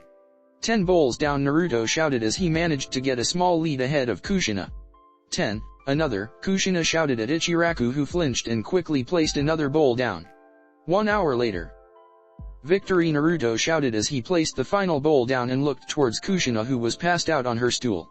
I think Naruto said as he brought his hand to his mouth. I'm gonna be sick, Naruto said and run towards a nearby bush and emptied his stomach. Kushina said from the stool as she regained her bearings. I win, you couldn't hold your liquor, Kushina said panting before running the same bush. Unbelievable Kurama muttered inside his host's mind. Even the fox was started to feel nauseated. "That's disgusting," Hinata said, and Minato just chuckled. Hinata and Minato ate a few bowls each one and stopped once they were full, but Naruto seemed to have other plans. Both he and Kushina managed to eat an impressive amount of 50 bowls before both threw up. "I feel awful," Naruto said as stumbled his way towards his girlfriend. "See you tomorrow, old man," Naruto said towards Ichiraku, who was on the ground huffing from the workout. Naruto took 2 steps before slamming face first on the ground with Kushina on top. "You take her, I take him," Hinata said towards Minato, who nodded and picked up Kushina from the ground. Naruto Hinata called out towards his boyfriend as he leaned of her arms for support. "I have a favor to ask you," Hinata said, and Naruto raised an eyebrow at her request. "Anything for you, Hinata-chan," Naruto said, channeling a bit of Kurama's chakra to speed the healing and bring him out of his sickness. "I want to learn senjutsu." Hinata and Naruto stopped walking and turned towards her. "Okay, but why?" Naruto asked, confused. "Besides the fact it would be a huge power boost to me, I also want to explore the medical applications of it. I heard that Hashirama can do wonders with it and I want to try it as well," Hinata explained, and Naruto chuckled before nodding. "Of course. Since we have a few days, I'll teach you how gather and control it," Naruto said, and Hinata pecked his cheek. "Now, how about I show you just how thankful I am," Hinata whispered into Naruto's ear, nibbling on his earlobe. He didn't have to be told twice before flashing away, leaving Minato with a fainted Kushina on his arms. "How come I didn't think of that?" Minato asked to no one as he also flashed home. #Takigakure. Next day #Takigakure was having a peaceful day as any other. Taki was a small shinobi village that didn't even come close to one of the Great Five. Their army rounded only 1,000 shinobi, and many wondered why they had a Baijuyo to begin with. "It's been a while," a man clad with a black cloak with red clouds said as he and another man stopped walking. "I haven't been here in many years," Kakuzu said as he overlooked what was once his home village. "Oi oi oi," the other man screamed to his partner. He wore the same black cloak with red clouds. He had silver hair that was slicked back and purple eyes. On his back he carried a triple-bladed scythe. "Don't you go all mushy on me," Hidan screamed. "Shut up, Hidan, or do you want us to be caught?" Kakuzu reasoned as they walked through the village disguised by a small genjutsu. "If it were up to me, I would kill everybody so I could bathe in the glory of Jashin-sama. All hail Jashin," Hidan screamed, drawing the attention of nearby people. "Shut up, Hidan, or I'll kill you," Kakuzu stated. "As if you could," Hidan replied, making Kakuzu groan in annoyance. They seemed to be walking calmly, but both of them kept their ears sharp for any chatter regarding Fu, the jinhuriki they were hunting. "Thank you," Fu said to the store owner as she ran towards her house with a small bag. "Green hair, orange eyes. It's her, Hidan, the jinhuriki of the Nanabi," Kakuzu said as both of them watched their target leave running towards the edge of the village. After all, the village was rather small when compared to the others' great nations. "If I remember correctly, she's heading to the edge of the village," Kakuzu murmured to himself. "Why don't you go play with the village while I take our target?" Kakuzu said to his teammate. "Finally, watch this, Jashin-sama, it will be a show that you will never forget," Hidan said. He dispelled the genjutsu and picked his scythe before he went running through the village, swinging his scythe wildly. "And people say I'm insane for collecting hearts," Kakuzu said as he watched Hidan behead a civilian. "At least he will keep the village out of my way while I finish things with Fu," Kakuzu said to himself before blurring after Fu. #waterfall tower #Shibuki-sama, one shinobi yelled as he rushed towards the waterfall tower in the middle of the village. "What's the problem?" Shibuki quickly replied, standing up from his chair. "We are being attacked by a Nukenin," the shinobi explained, taking deep breaths. "Nukenin is in single?" Shibuki asked, and the shinobi only nodded. "Gather the civilians and evacuate them to the tunnels beneath the lake. Summon the waterfall unit and have him stall the enemy until evacuation is complete," Shibuki ordered, and shinobi nodded, poofing into smoke. #Takigakure. Main clearing #Miwahi. Hidan laughed as he slashed yet another poor soul. "All hail Jashin," Hidan shouted as he bathed in the blood of his enemies. "Mizu Tatsumaki, water tornado," Shibuki said, blurring through hand seals. A tornado of water rushed head on and crashed into Hidan, who was sent flying into a nearby tree. "Who the fuck did that?" Hidan screamed as he got up to see someone with ink black eyes and long, dark brown hair. Black cloak with red clouds, Akatsuki, Shibuki thought in worry. If this shinobi was really from the Akatsuki, then there was no one in the village strong enough to take him down. Send word to the Leaf that we are under attack and dispatch a team to Fu's location, Shibuki ordered. We can only hope to hold on until help arrives, Shibuki thought to himself as he made another set of hand seals. Takigakure, Mizukiri no Yaiba, waterfall style, water cutting sword, Shibuki said as water materialized itself on the palm of his hand and suddenly solidified. Shibuki rushed head on against the trespasser. Looking at the horizon, he could see SMO from an explosion. Don't you dare lose Fu, Shibuki thought as he clashed with Hidan's scythe. Each clash of sword against scythe drew sparks from the power behind each swings. Shibuki ducked under a horizontal swing. Shibuki kicked Hidan's foot making him lose his balance and tackled him away to get some distance. Hidan got up and rushed Shibuki. Hidan ducked under a kunai thrown by another shinobi. Hidan jumped in the air and brought his scythe down only for Shibuki to sidestep it and thrust his blade forward. Hidan tilted his body to the side and allowed the blade to pass by him safely. Hidan titled his head back and head-butted Shibuki who groaned in pain and fell backwards. Suten, Suiari Yudan no Jutsu, Water Dragon, Shibuki called out and a water dragon rose from the dragon with shining yellow eyes. The dragon roared and went for Hidan who placed his scythe in front of him, blocking most of the damage, but nonetheless he was blasted backwards. Dai Shibuki yelled as he appeared next to a dazed Hidan and flexed his blade forward. The blade went through Hidan's back, right through his heart. Asama Shinobi cheered. Shibuki-sama is strong, another stated Fugaku Hidan said as he spat some blood into the ground. That hurt, Hidan said looking directly at the widened eyes of Shibuki and everyone else. Oi, stop moving will you, Hidan said and Shibuki quickly withdrew his blade and went to behead Hidan only to have his arm caught. Hidan caught his arm and kicked him away. What monster is he? Shibuki asked as he spat blood to the ground and got up into a defensive stance. Fetch the Aio no Mizu, hero's water, Shibuki ordered and the shinobi paled but went to get it. Apparently the enemy was stronger than it seemed. #Fu versus Kakuzu #Buiam. The tree was completely destroyed when a massive fireball collided with it. Fu jumped out and landed safely on the ground. She turned and came face to face with her aggressor. So you came for me after all, Fu said as her heart started racing and adrenaline flooded her veins. Why don't you just come with us, girl? You and I both know you stand no chance, Kakuzu stoically said. I have a few aces up my sleeves, Fu said as she blurred through hand seals. Suten, Tepudama, water bullet, Fu said and send multiple water bullets against Kakuzu who remained in place.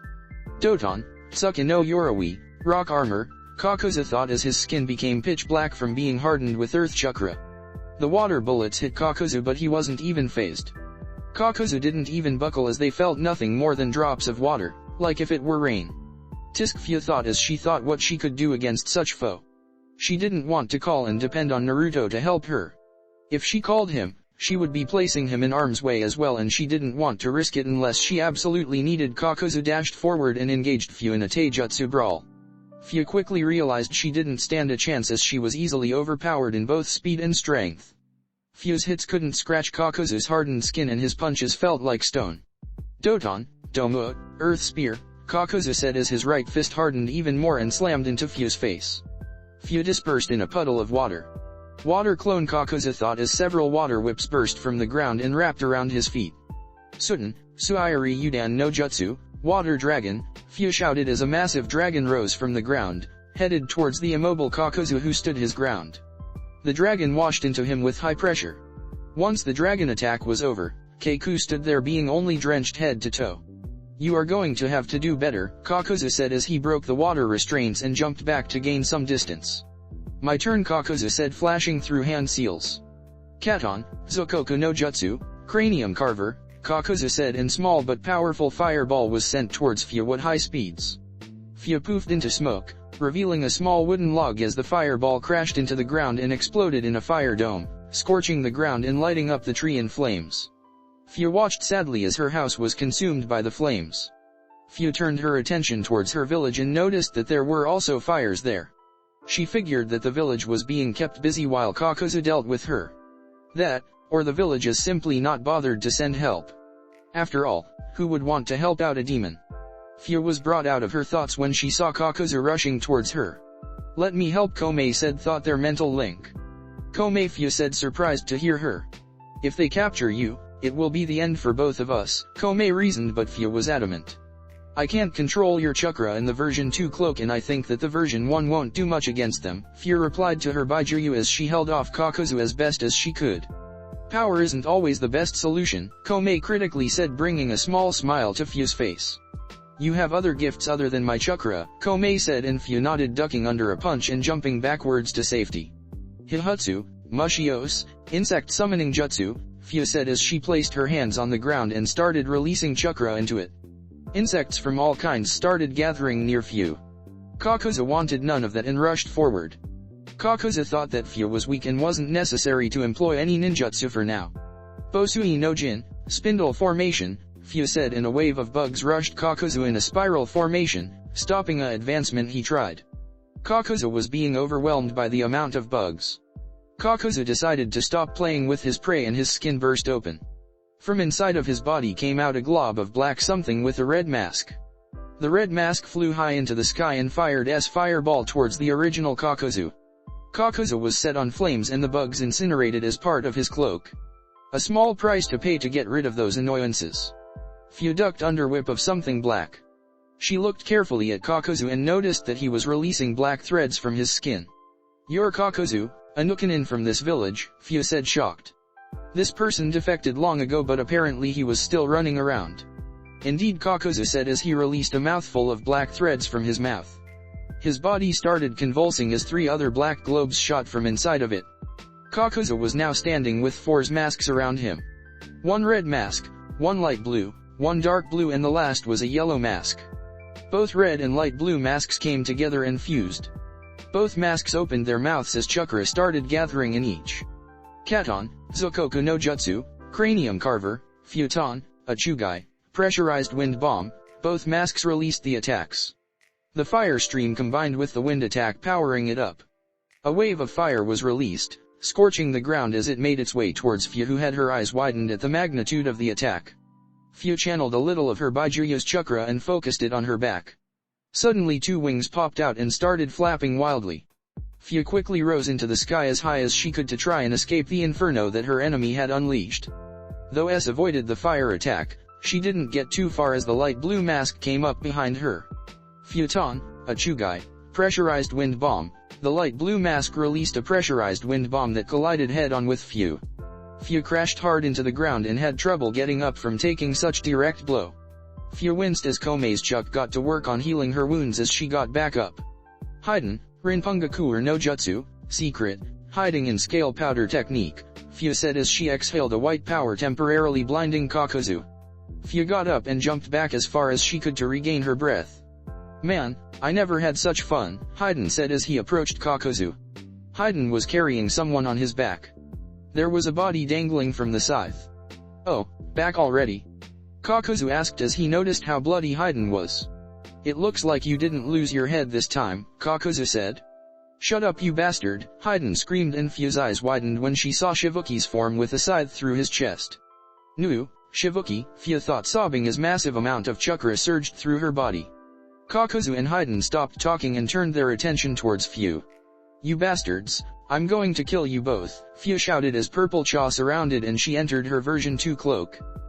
Previously Nu, Shibuki, Fu thought, sobbing as massive amount of chakra surged through her body. Kakuzu and Hidan stopped talking and turned their attention towards Fu. You bastards, I'm going to kill you both, Fu shouted as purple cha surrounded her and she entered her version 2 cloak. Now Kakuzu and Hidan watched in wonder as a purple sphere completely surrounded Fu. The ground was slight shaking and the winds were rustling through the plain field. Suddenly the whole sphere turned pitch black and large beam of energy was shot at the sky. That can't be good, Kakuzu thought as he shielded his face from the scorching winds that Fu's transformation was releasing. A massive roar was heard from inside the sphere. Both Akatsuki members flinched when they felt a massive shockwave that made the earth shake. The black sphere started receding and Kakuzu could now see 2 glowing green eyes behind the small layer that was now the sphere. Boom! The black sphere suddenly exploded outwards, blasting everything away.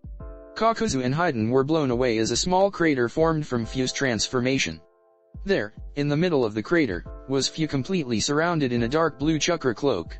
She had 5 tails swinging wildly and wings protruded from her back. She was on all four like some hungry lion ready to pounce on his dinner.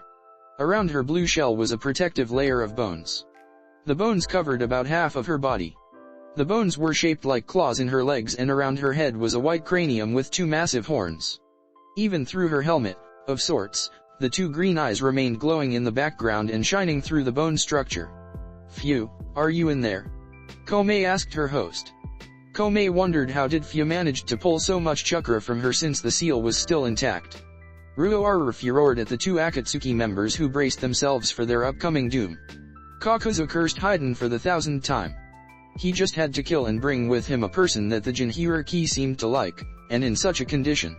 She's completely lost it, she isn't in control, Komei thought as she wrestled through the seal for control. Fear was a wild gun at this point, as she was nothing but instinct. Fear was nothing more than pure destruction, lusting for revenge against two enemies. Things could go really bad from here, for either the Akatsuki members or anyone that stood in front of Fear using her version 2 cloak. Fear coiled herself and leaped forward at blinding speeds. Before Hidan could react, Fear leaned her head forward and completely pierced him with her two horns. One horn in each shoulder, pinning him to the ground. Hidan screamed and tried to get up, but he wasn't going anywhere soon. Kakuzu quickly rushed his teammate and tried to kick Few away, only to be swatted away by one of her tails, like some bothersome fly.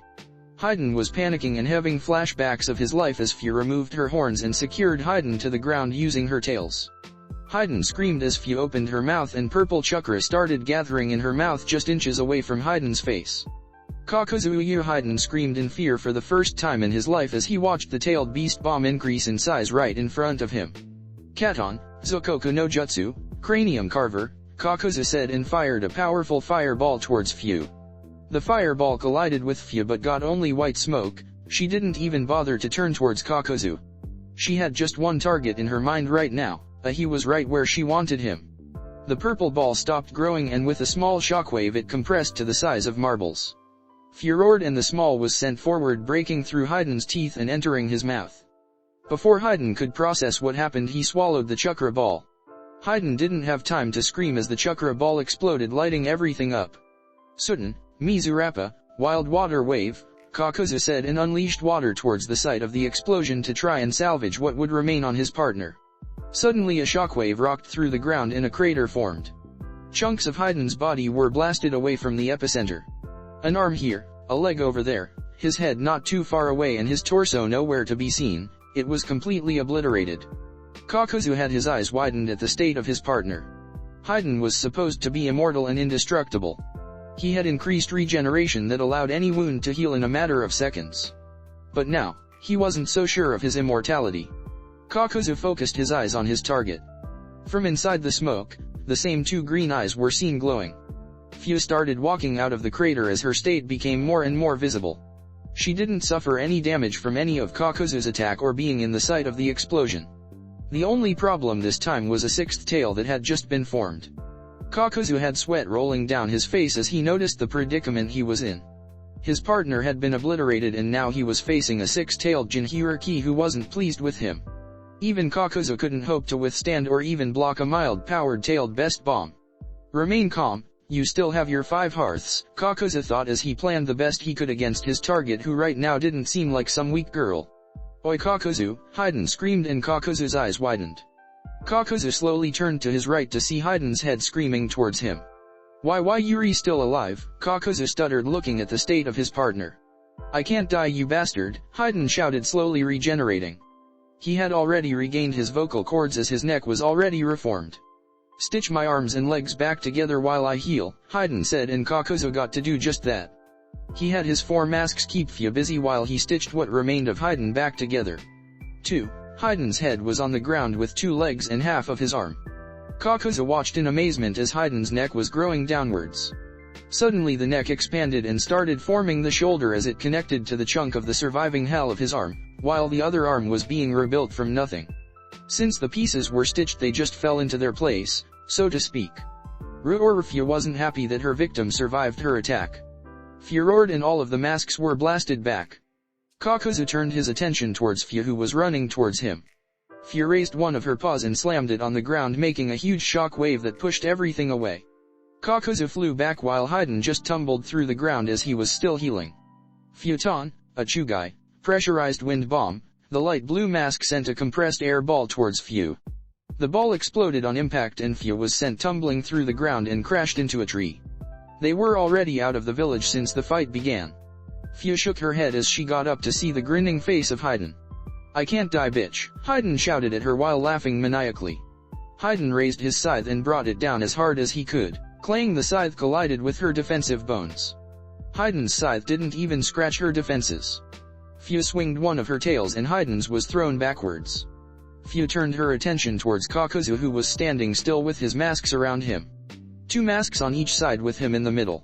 Katon, Karyuadon, Fire Dragon, Sudan, Suiari Udan, Water Dragon, Doton, Doryuadon, Earth Dragon, Futon, Furyuadon, Wind Dragon, Raiten, Raryuadon, Lightning Dragon. Each mask charged and unleashed its own version of the elemental dragon. The 5 elemental dragons rose into the sky, coiling themselves together. The Wind Dragon powered the Fire Dragon. The Water Dragon powered up the Lightning Dragon. The dragons roared and blurred towards Fu, who couldn't dodge in time. Boom! A big explosion was felt and Kakuzu smirked, knowing that not even Fu could escape that combination without suffering any damage. He had to thank Senju Naruto for showing him the Lightning Dragon all those years ago. Maybe he could thank him in person if he ever got the task to capturing the 9 tails. The smoke started clearing and Fu was struggling to get up. All of the bones were cracked and some even gone. Even with her chakra-reinforced blue shell, anyone could burn marks from the explosion. Hidan now, Kakuzu shouted as Hidan appeared next to Fu and brought his scythe down right on her burned parts. Hidan chose the burned chunks because it was where Fu was more fragile. Fu was able to dodge slightly and avoid being completely pierced by his scythe, but Hidan managed to cut her deep enough to draw blood. Hidan laughed as he jumped back. He brought his scythe to his mouth and licked the small amount of blood there was on the tips of his weapon. Slowly but surely, Hidan's skin started turning pitch black with white drawing of his bones. Hidan cut open his wrist and let blood flow out into the ground. Hidan drew a triangle inside a circle and stepped into the middle of both. Hidan took out a spear and shouted, "For you, Jashin-sama," and pierced right through his chest, puncturing his right lung and nearly missing his heart. Fu roared in pain as he dropped to the ground and writhed in pain. She roared as she tried to stand back up, but to no avail. Fu started losing her cloak as the bones disintegrated into dust and her tails started receding. "Oh Lord, the pain, it feels good," Hidan said as he took pleasure in the pain coursing through his body. In the meantime, Fu's version 2 cloak completely dissipated, leaving her cloak transparent. Anyone could see the horrible state she was in. A large hole in her shoulder that was sizzling as Komei's chakra focused solely on it. Her skin was blood red, meaning that it had been completely burned off. Suddenly the whole cloak vanished and Fu was left on the ground panting and barely conscious. "I'm an idiot, why did I lose myself?" Fu thought to herself. She gave in to her anger and could have gone on a rampage, destroying everything, even her village. "What a mess," Kakuzu said, looking at the battlefield. Everything in a 100-meter radius was gone and replaced with nothing but death. There was no plant life, no nothing. There was nothing but destruction. "Why you?" Fu started saying, making Kakuzu turn to her. "Why, you have made a grave mistake," Fu said, chuckling weakly, slowly opening her eyes. "You are all gonna die," Fu said, making Kakuzu raise an eyebrow. "And what mistake would that be?" Kakuzu asked, amused, and decided to hear her explanation. "You should have knocked me out when you had the chance," Fu shouted, and faster than anyone could reacted, she took out a 3-pronged kunao from her pouch and stabbed it on the ground in front of her. Fu almost buried the kunao to the hilt through the speed and power she put behind it. Kakuzu's eyes widened when he recognized the kunao. He was quickly brought out of his thoughts when the clearing was illuminated with a yellow flash. Once Kakuzu and Hidan regained their vision, Kakuzu's blood ran cold. Senju Naruto was standing front of them, and by the look of his face, he was pissed. His blood-red eyes were glowing and the ground was shaking from his chakra pressure. ### moments earlier with Naruto, Konoha's Academy ###. Alright, quiet down, Iruka said to his class, who still continued to make noise. "I said settle down," Iruka yelled, and everyone quickly shut up and sat down. From the hall, Naruto chuckled inwards. It looked like Iruka still used his trademark jutsu. Now Iruka started seeing that the class had calmed down. Today is a very special day. Today we have 3 guests that will be available for question on their shinobi duties and how difficult mission are, Iruka said, and class started cheering that they wouldn't be listening to Iruka for once. If you behave they might show you a few tricks, Iruka said and was amused by their reaction. Everyone was giddy to meet these shinobi that would be teaching them instead of learning history or math from Iruka. Now without further ado I introduce you Sarutobi Kano Amaru, Iruka said, and Kano Amaru poofed into existence in the middle of class, shocking all of the academy students, saying that he came from nowhere. Kano Amaru is a genin that graduated just last year and is already signing up for the next Chunin exams, Iruka said, and the class cheered. Believe it, Kano Amaru shouted, pumping his fist into the air. He's kinda cute, Hanabi thought to herself, suppressing a blush. That bastard stole my line, Naruto thought towards Kano Amaru, considering putting him in a Tsukuyomi as punishment. Next we have Senju Naruto, Iruka said, and the whole class gasped as Naruto appeared in a yellow flash near Kano Amaru. The girls all had stars in her eyes seeing the gorgeous face of Naruto while boys glared at him. After all, Naruto was good-looking, strong and famous. As you all know, Naruto-kun here is a Chunin, the head of the Senju clan and grandson of our Hokage, Iruka explained, and Naruto nodded. And finally we have our final guest. Hey, take Kakashi, Iruka said, and waited, and waited. 5 minutes had passed and there was no smoke and no door opening. I'll right back, Naruto said, sighing, and vanished in a yellow flash. Iruka sighed, knowing that Kakashi still had his nasty habits. Not 1 minute later, Naruto arrived with Kakashi in tow, completely wrapped with rope. Naruto, was this necessary? Kakashi asked as Naruto dropped him to the ground with a thumb sound.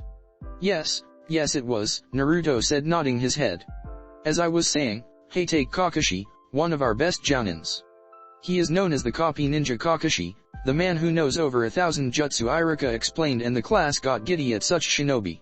Too bad neither of them knew that Naruto could def Kakashi with a flick of a finger. Now, are there any questions?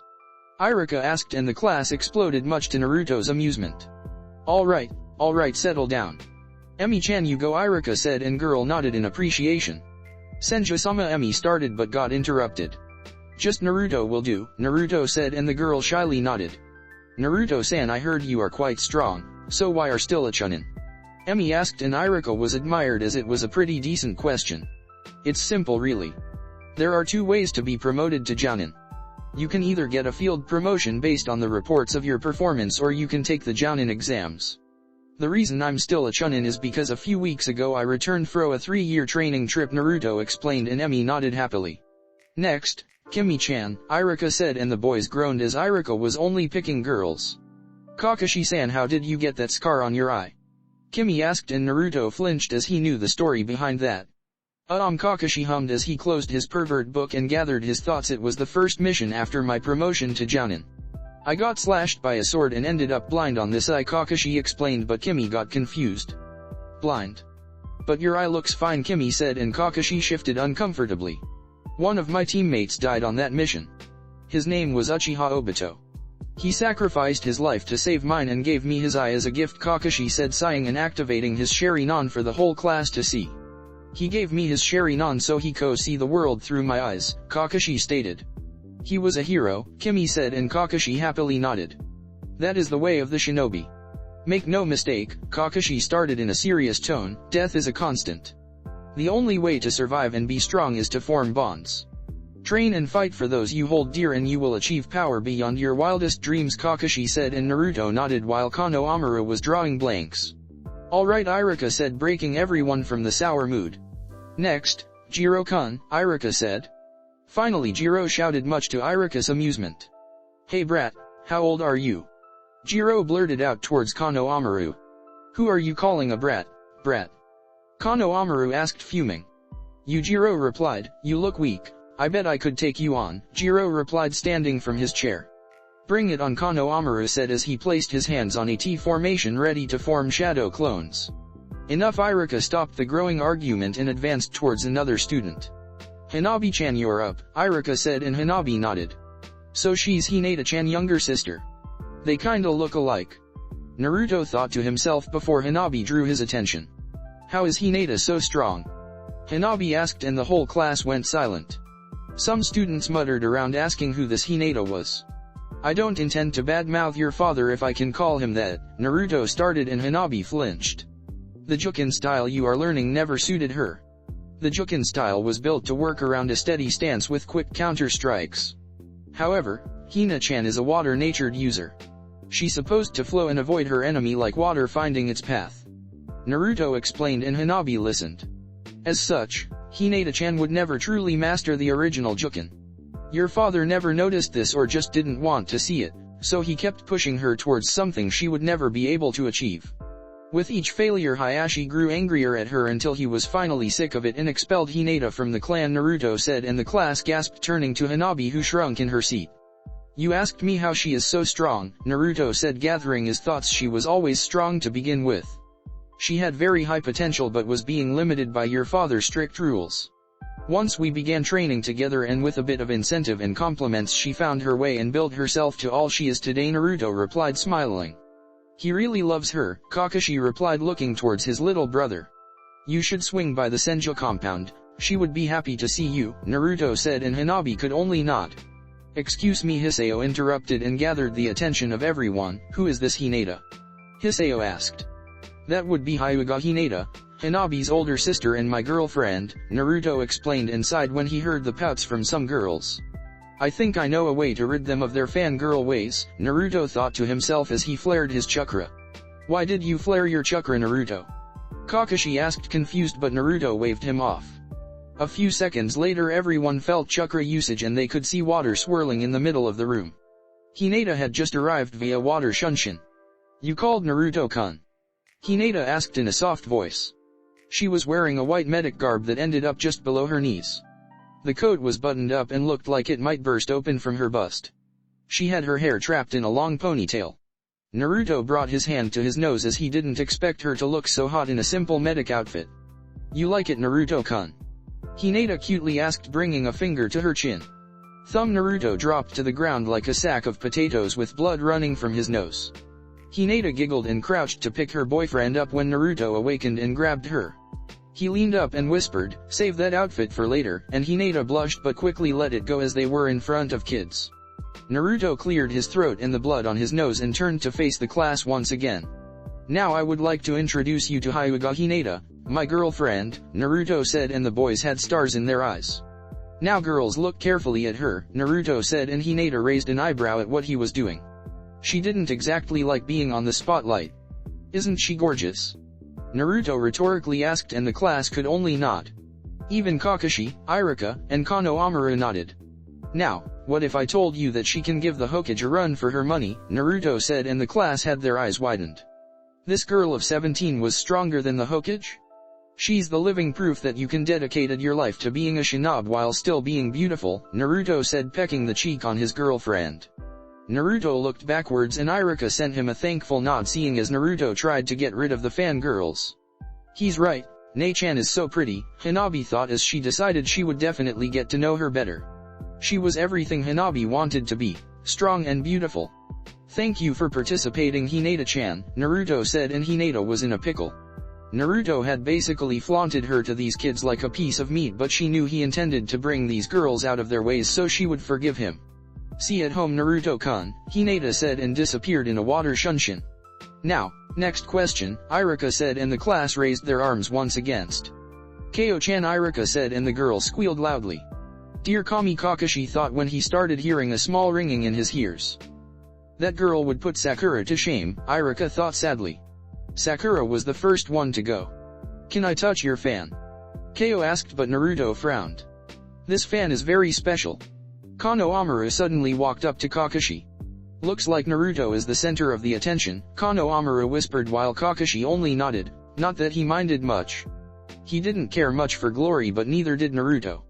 And it belonged to my grandfather Uchiha Madara. Naruto finished his explanation as to why Mayo couldn't touch the fan without dying, but he took it out, showed it to everybody. Next, Isamu-kun, Iruka said, and the kid nodded and faced Naruto once again, who sighed.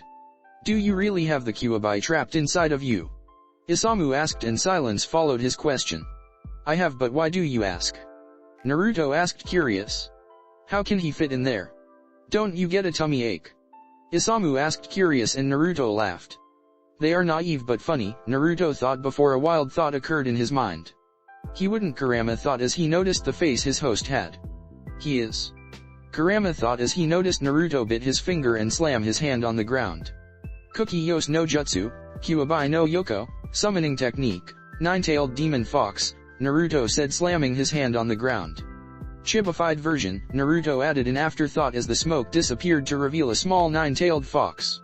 Kurama was on the outside world and nothing bigger than a bunny. I'm not amused, Kurama stated as Naruto picked him up and placed him on top of his head. Class, meet the Kyuubi, Naruto said, and the girls squealed at how adorable the little fox looked. Kakashi was just amused as to how Naruto treated a fox that could wipe out their village in less than a minute. You see, he doesn't take up much space, Naruto said, amused, and Kurama started growling much. In the end the fox was just yipping away. Next, Ichigo-kun, Iruka said, and an orange-haired boy nodded. What's the name of your most powerful jutsu? Ichigo asked towards the three shinobi in front of them.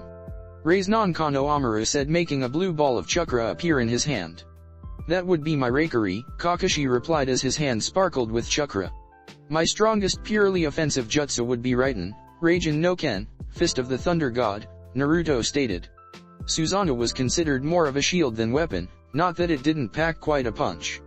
And the Rinnegan he wanted to keep a secret FO as long as he could. Can you show us? Ichigo asked, and Kakashi paled. Better not unless you want to turn the village into a crater, Kakashi quickly replied as to not give ideas to Naruto, who grinned. Alright, next question, Yuki-chan, Iruka said, and the girl nodded, standing up. What can you tell us of Uchiha Madara? Yuki asked, and everyone raised an eyebrow. I can tell you that he was bastard for controlling me, and if I see him again I'm gonna eat him, the chibi Kyuubi growled. Easy there Kyuubi-kun, Naruto said, making Kurama glare at him. I don't know much about the man since I never met him, Naruto started. I suppose I can tell them a few things that Tio-san told me, Naruto thought. For starters, he was a proud man. He was never ashamed of flaunting either his clan name or the superiority of the Sharingan. You can say that he was arrogant, but he could easily back up his words with his power, Naruto said before another thought occurred to him.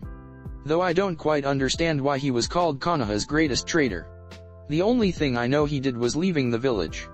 That hardly calls for such a title, Naruto said in afterthought, and everyone got thinking. Naruto had a point. Why Madara this great traitor when he simply left the village? Well, he did try to kill the Shodaime, Kakashi stated, and Naruto nodded. Although Orochimaru left the village and tried to kill the Sandaime. Oh please, Naruto said, waving his hand. Those two hated each other, but he would have never come through with it. I heard he was big softy on the inside, Naruto said, and Kakashi had his eyes widened. Uchiha fucking Madara a softy? Kakashi wondered and thought. If Madara was a softy, then what would Naruto call a hard ass? His name alone would bring fear to every nation, Kakashi thought, shaking his head. Have you ever wondered why those two never killed each other? Naruto rhetorically asked. They fought countless times as they grew up and old, and they never killed each other.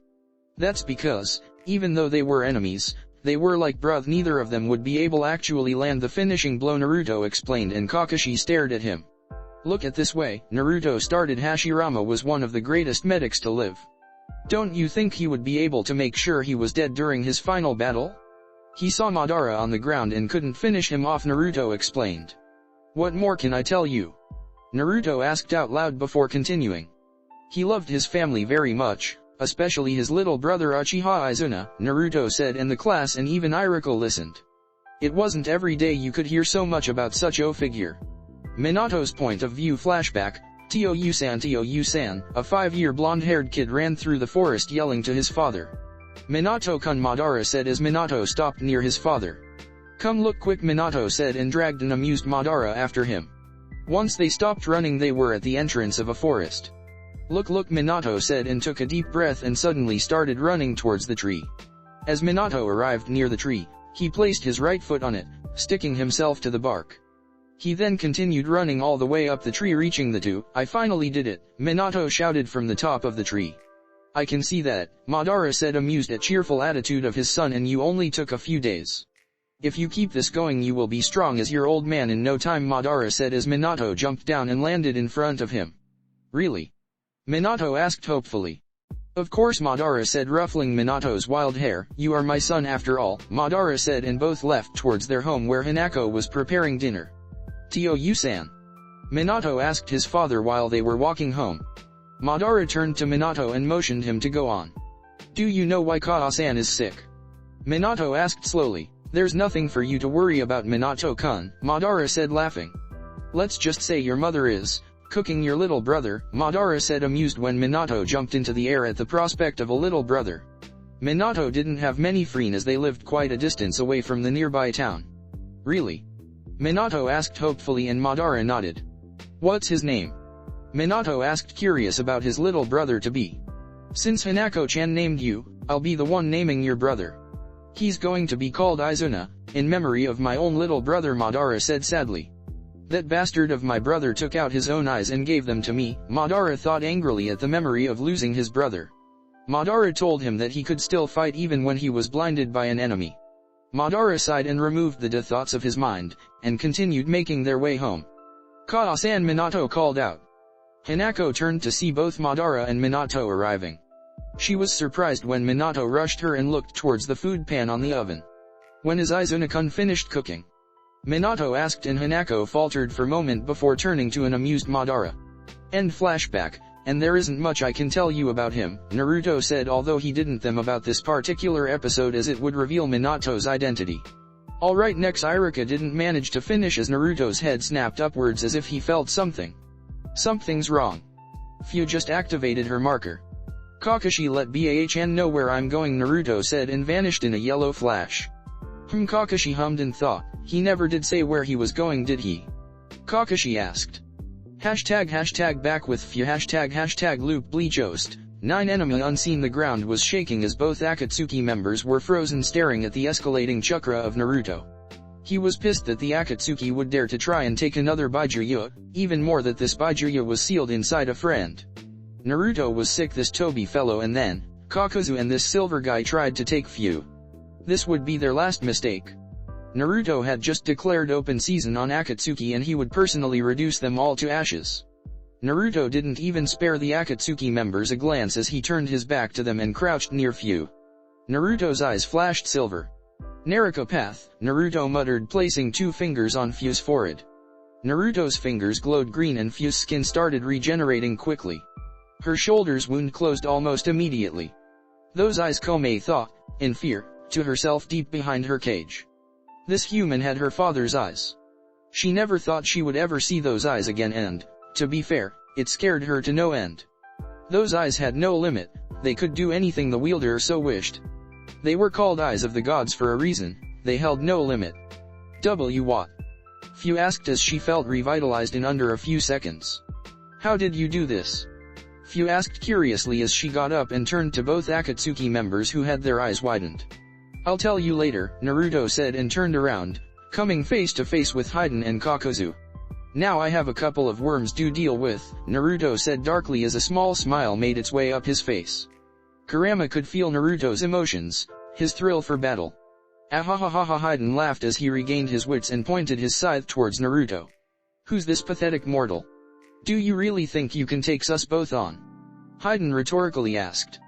Shut up, you fool, Kakuzu yelled toward his partner. He is Senju Naruto, the Konoha no Raijin. Konoha is Thunder God, the Shinobi no Kami, God of the Shinobi, an S-ranked shinobi with a flea on sight order, but above all, Kakuzu said, narrowing his eyes at his new opponent, Uchiha Madara's heir and Jinchuriki of the Kyuubi no Yoko, Kakuzu said as a bead of sweat rolled down his face. Great, Hidan replied, we get to take 2 Jinchurikis instead of 1. We can kill 2 rabbits with 1 stone, Hidan laughed. He still doesn't grasp the severity of the predicament we are in, Kakuzu thought to himself. He still remembers the battle he had with Naruto 3 years ago. Even though Kakuzu was weaker by using the body doubles, he still lost, and 3 years of training could do so much. And now Naruto was standing in front of him. Patiently waiting, stoically looking at him, it scared him to no end. Hidan, Kakuzu said as he gathered his partner's attention. We are leaving, Kakuzu said and got ready to leave. What? Hidan screamed in outrage. You heard what Leader Sama said? He's beyond the strength of any of us, Kakuzu said towards his annoying partner. That fool seemed to have a death wish. They are running away just because Naruto shows up. Fu thought to herself, wondering just how powerful Naruto was to scare them off. You won't be getting anywhere, Naruto said as a very large purple barrier rose from all sides of the battlefield. You didn't think I was just sitting here still, did you? Naruto rhetorically asked, smirking at the panicking face of Kakuzu. He trapped himself with both of them, Fu thought, shocked with Naruto's boldness. Was he so arrogant that he thought he could take them both on? Or was he confident in his power? Deep inside Komei was completely focused on the battle. If T-person could really wield the Rinnegan, then the Akatsuki were no match for him. Enough, Hidan shouted as he rushed Naruto head on. Let's kill the bastard, Hidan said as he jumped high in the air and swinged down his scythe. Hidan, stoop, Kakuzu yelled, but to no avail as his partner charged Naruto. Hidan's scythe came down in a diagonal arc. Naruto ducked and let the scythe pass safely above his head. The scythe buried itself on the ground. Naruto swatted Hidan's hand away from the scythe and brought his knee to his stomach. Hidan's eyes popped out and he buckled in pain. Naruto caught Hidan's neck and raised him into the air with a single hand. Do you want to dance? Naruto asked with his Sharingan glowing. Hidan was writhing in pain. He tried to make Naruto release his hand around his neck, but he couldn't. Naruto's grip was too firm. Hidan just stayed there, slowly choking to death, except he couldn't die. You are either very brave or very foolish, Naruto said, laughing at Hidan's predicament. Naruto turned his attention to Kakuzu, but the man was frozen in place and could only look as Naruto slowly choked his partner. Interesting, Naruto thought as he looked towards Hidan. The man was not dying. Naruto shifted his attention towards the necklace Hidan carried. It was a hollow circle with a triangle inside. I've seen that before, Naruto thought to himself. Careful, Naruto, Fear yelled from outside the barrier. Komei says that one is immortal, Fear yelled, and Naruto raised an eyebrow looking intently at Hidan. Naruto released Hidan and kicked him the chest, sending him flying into Kakuzu. Arg, Hidan screamed in frustration as he crashed into Kakuzu. I'm going to enjoy sacrificing you to Jashin-sama, Hidan yelled and turned to his teammate. Get up, you pussy, Hidan said and brought Kakuzu from his thoughts. Who are you calling that? Kakuzu asked in a dangerous voice. You, Hidan said pointing at him. You froze against some teenager, Hidan explained. I froze. Kakuzu thought to himself as made sure to never repeat the same mistake. It won't happen again. We need to work together against him, otherwise we will both die, Kakuzu said, and Hidan laughed again, saying he couldn't die. I remember now, Naruto thought as he was hit with a realization when Hidan said something about Jashin. Naruto read about people that prayed to this god Jashin, and, as long they gave him human tributes, this god would grant the humans immorta. An advanced regeneration. Turn him into ash and let's see him regenerate from that, Kurama suggested from inside Naruto's mind, which he agreed.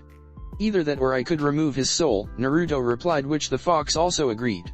Naruto would use which one came first when the opportunity presented itself. Naruto bent slightly forward before he disappeared in a burst of speed. Fast, Kakuzu thought as he brought both arms to his face in an X formation. Naruto's fist collided with Kakuzu's arms, but he was flinged back nonetheless. Naruto ducked under a horizontal swing from Hidan and channeled chakra into his wrist's seal. Naruto's Chokyuto poofed into existence. Naruto quickly grabbed the hilt and started channeling lightning chakra through it. Naruto did an upward slice and severed Hidan's scythe in half. The three-blade scythe fell to the ground with Hidan only holding the now worthless metal staff. Naruto smirked as he used his Kamui and allowed a compressed wind ball to phase right through him and hit Hidan head on. Hidan was blasted back while Naruto got away unscathed. Half a silver ribcage appeared around Naruto and a silver arm suddenly sprouted from that. Naruto's Susanoo quickly grabbed the light blue mask that sent the wind ball and crushed it into nothingness. The light blue mask fell to the ground in pieces while the black threads dissolved into nothing. Damn it, he already got one of my hearths, Kakuzu thought to himself as his masks regrouped with him. Doton, Tabichikyu, Devouring Earth, Naruto shouted, slamming his both hands on the ground.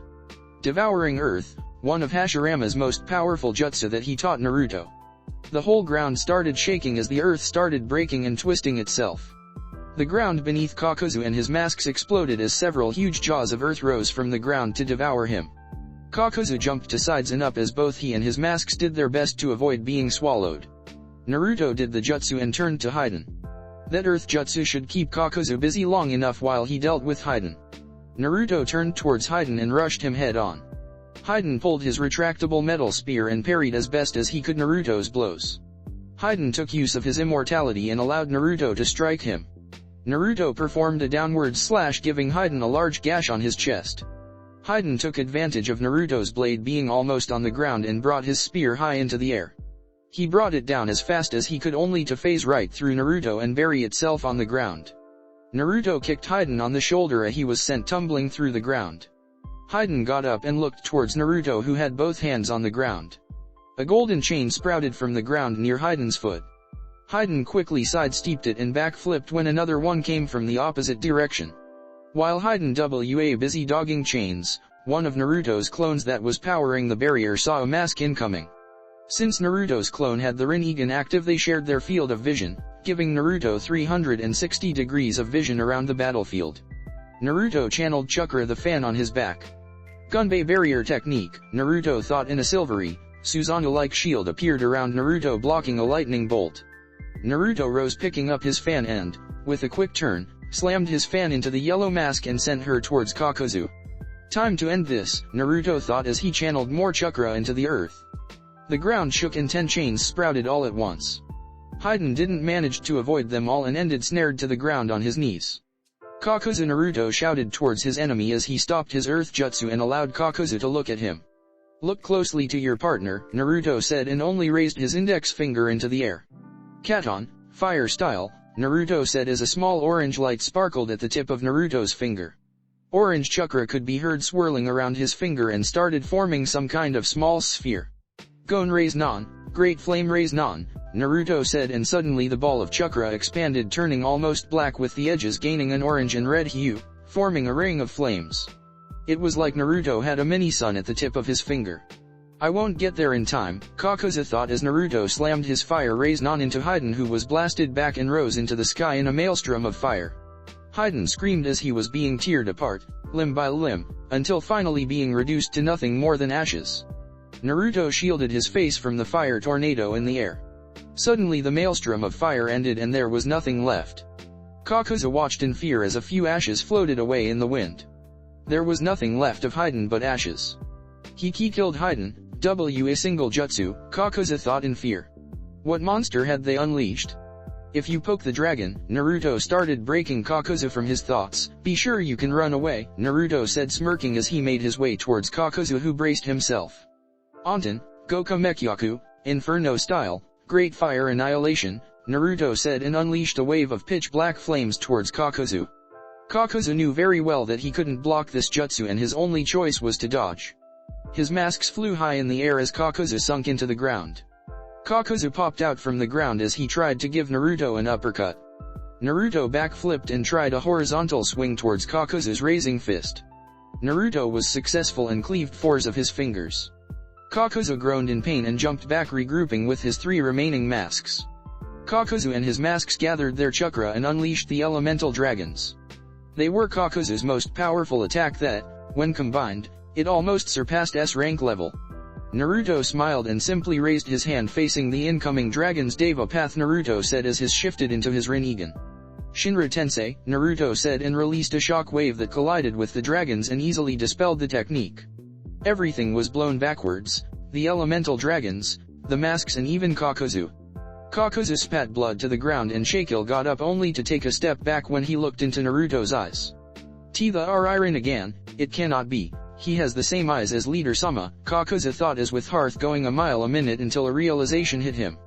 The girl was right, we are all dead man walking, Kakuzu thought to himself, chuckling and accept his fate. Several chains shot from the ground snaring everyone to the ground. The masks were squirming and trying to get free but to no avail. To think you had the Rinnegan, Kakuzu chuckled as he tried to raise his head and meet Naruto in the eye. Naruto wasn't tired or even injured. All of this was a mistake, he truly is beyond any of us, Kakuzu thought as he watched Naruto extend his RI hand forward, with the palm facing upwards.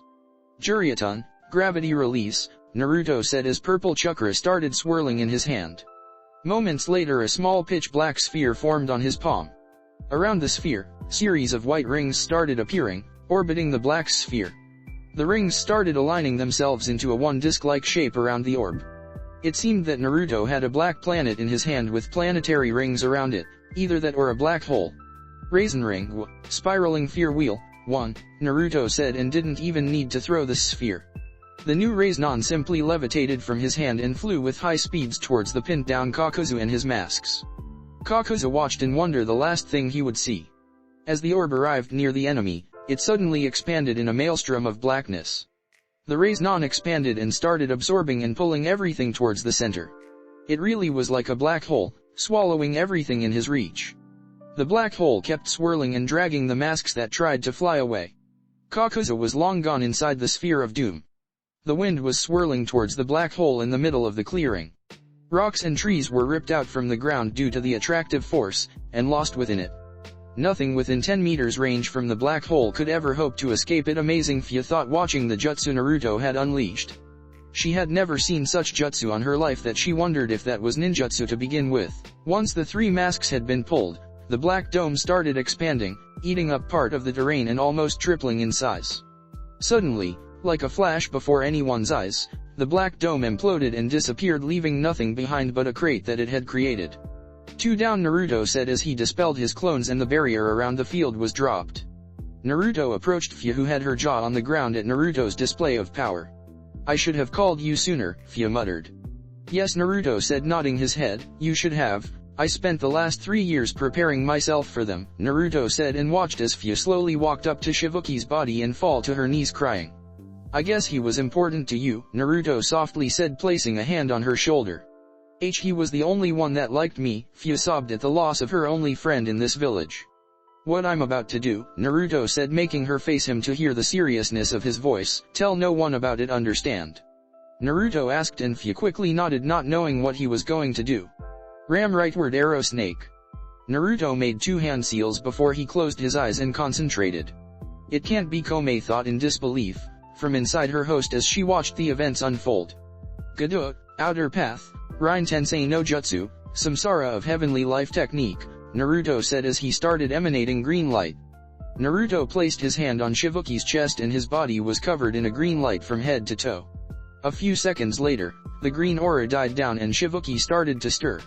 Fia had her eyes widened when she noticed Shibuki opening his eyes.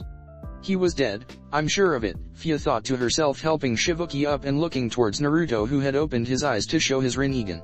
Fia-chan, do not underestimate the power of those eyes, Komae warned from inside her host. With the Rinnegan, Naruto can do anything he wishes. You are as close to a god as you will ever be, Komae said, and Fia slowly nodded. What happened? Shibuki asked as he raised to his feet.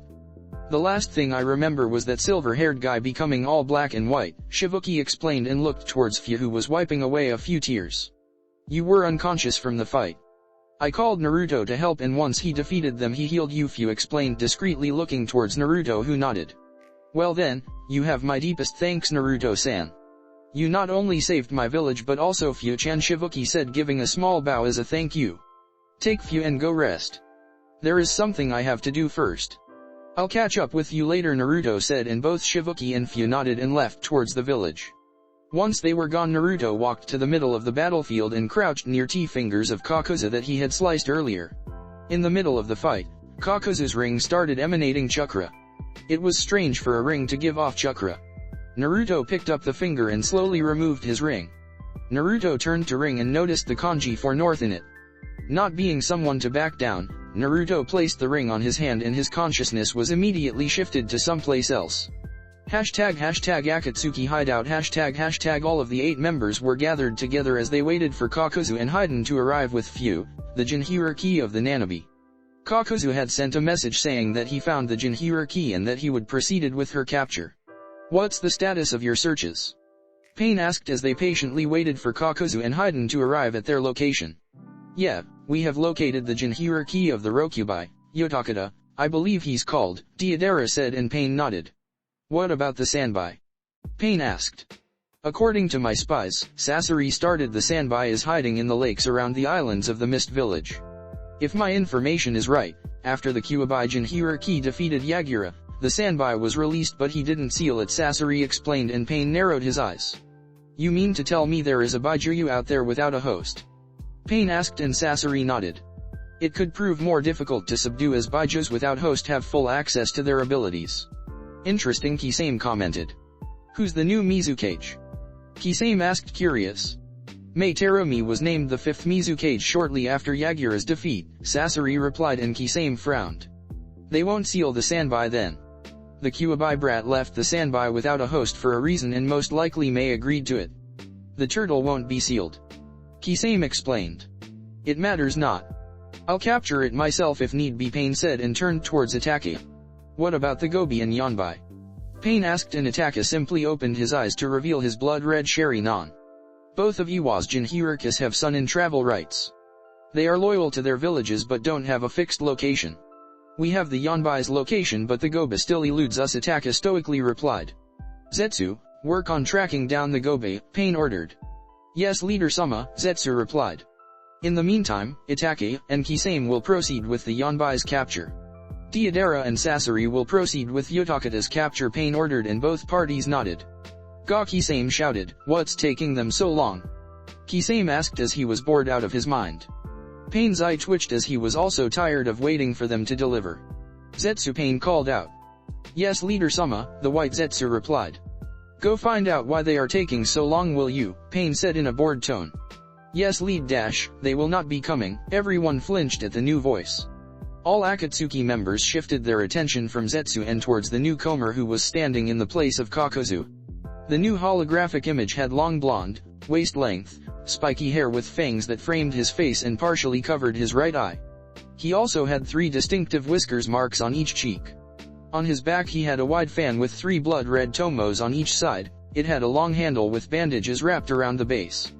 The main part of the weapon was light brown with the edges being black. Let's talk, Naruto said, smirking with his Sharingan glowing and looking at the shocked faces of every Akatsuki member. ### previously ### they will not be coming. Everyone flinched at the new voice. All Akatsuki members shifted their attention from Zetsu and towards the newcomer who was standing in the place of Kakuzu. The new holographic image had long blonde, waist-length, spiky hair with fangs that framed his face and partially covered his right eye. He also had 3 distinctive whiskers marks on each cheek. On his back he had a wide fan with 3 blood-red tomos on each side. It had a long handle with bandages wrapped around the base. The main part of the weapon was light brown with the edges being black. Let's talk, Naruto said, smirking with his Sharingan glowing and looking at the shocked faces of every Akatsuki member. ### now ### Naruto was standing in front of his supposed hunters. Everyone looked shocked at the presence of the Kyuubi Jinhiraki, although the stoic Uchiha Itaka couldn't help but manage a small smile. They were all holograms with the exception of Tobi and some plant-like creature. Welcome, Naruto-kun, Itaka said quietly, chuckling. So quiet that if it weren't from the petrified faces of everyone, no one would have heard it. I've gotta say, Naruto started carefully looking at every single member of the Akatsuki, keeping in mind to remember every detail he could. He looked around and saw that every single person adorned the traditional Akatsuki cloak, black cloak with red clouds. Beginning at this right, he spotted someone who was arched down. Naruto couldn't see much of him as he had his face covered with a face mask, similar to Kakashi in fact. Behind his body he had a tail menacingly waving. It was a long mechanical, scorpion-like tail. Next to him was a blonde man. He had slanted blue eyes and very long blonde hair which he wore drawn into a half ponytail with the rest hanging down freely. The bang hanging over his left eye. He also had mouths in each of the palms of his hands that seemed to freak Naruto. Naruto quickly realized who this was from his appearance. He was Deidara the Bomber, S-rank Nukenin from IWA. Standing next to Deidara was a person Naruto knew all too well. Said person was Tobi, whose only visible Sharingan eye was narrowing at Naruto. Naruto could feel his hatred for the blonde and Tobi was watching him very carefully. Tobi only shivered as looked at the smirking face of Naruto. Everything about him screamed Uchiha Madara. His posture, his appearance, and the way he fought. If it weren't for their different personalities they could pass for twins.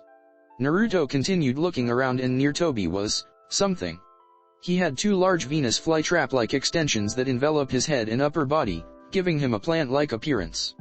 Said extensions were slightly opened at the top, revealing what seemed to be a head of a person. Although this head was half black and half white, split perfectly in the middle. He had short green hair and yellow eyes. Naruto repressed a shiver after seeing the weird things Akatsuki had but continued. Naruto looked towards the remaining members standing in front of him. There were 2 members that he already fought and knew well.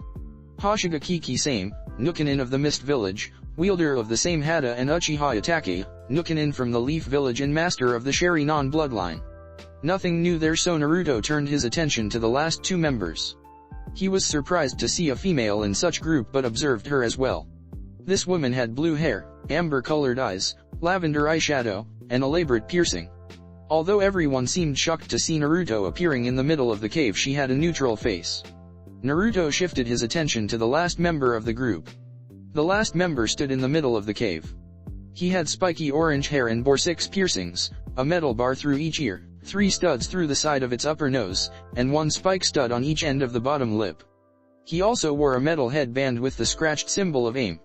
The thing that caught Naruto's attention was his eyes, silver eyes with several concentric rings around his pupil.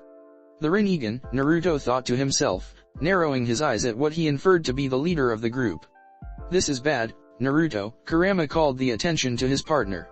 Naruto made a mental acknowledgement. Look carefully to where you are standing, Kurama said, and Naruto raised an eyebrow but looked down all the same. He and everyone else of the Akatsuki were standing on top of big fingers. Naruto carefully observed where these fingers were connected and saw that it were hands. Naruto jumped down from the finger and stood in the middle of the cave, facing every member and getting a good look at this statue. It was some kind of earthen-colored humanoid entity with most of its body looking decayed. It had 9 eyes, although the eyes were all closed for some reason. Its back also has a number of spike-like protrusions. The statue hands were also chained together. Is this the Godamazo? Naruto asked, shocked that this statue was summoned. But Naruto wasn't wrong. He could feel the statue, something that only someone with the Rinnegan could do. This is bad, very bad, Naruto thought, pondering what to with the things he learned. What do you plan to do? Kurama asked, also concerned. There was only one reason to summon the Godamazo from its resting place in the moon. And that reason was to awaken the 10 tails. Let's take things slow. I planned on getting as much information as I could, but I never expected a Rinnegan user and the Godamazo. Let's see how things work out, Naruto thought before gathering his thoughts. He couldn't look surprised or worried about the events. He had to be seen as someone strong and undisturbed by the revelations. This is a nice setup, Naruto said out loud, breaking the stupor of every member. The rings allows anyone to shift the consciousness onto the destination and even give these illusions the ability to channel chakra to some degree, Naruto said, looking intently at Pain's eyes. Sharingan boring into the Rinnegan. Where are Kakuzu and Hidan? Pain asked, narrowing his eyes at his prey. I don't know where Kakuzu went, but I believe I saw a few ashes of Hidan flying around, Naruto said, chuckling while Pain's anger exploded. You will pay for that, Kyuubi, Pain stated, but Naruto didn't seem much affected by it. You've got some balls, brat, Kisame said, chuckling. Why, thank you, but I don't swing that way, Naruto said, smiling, making Kisame scowl. So I take it you are the leader of the Akatsuki, having the Rinnegan and all, Naruto said, making Tobi narrow his eyes at him. Very well, I shall indulge you. I'm the leader of the Akatsuki, I'm Pain, Pain stated. So you're a masochist? Naruto asked as Pain's eyes twitched and Kisame bursted out laughing. Leave it to Naruto to make fun of S-ranked shinobi after him. I wonder what Konan-chan would say. Naruto innocently asked, turning to the purple WOM who flinched at the name. So I was right, Naruto thought to himself when he saw Konan flinch. He almost missed it, but his Sharingan caught it. How did you know?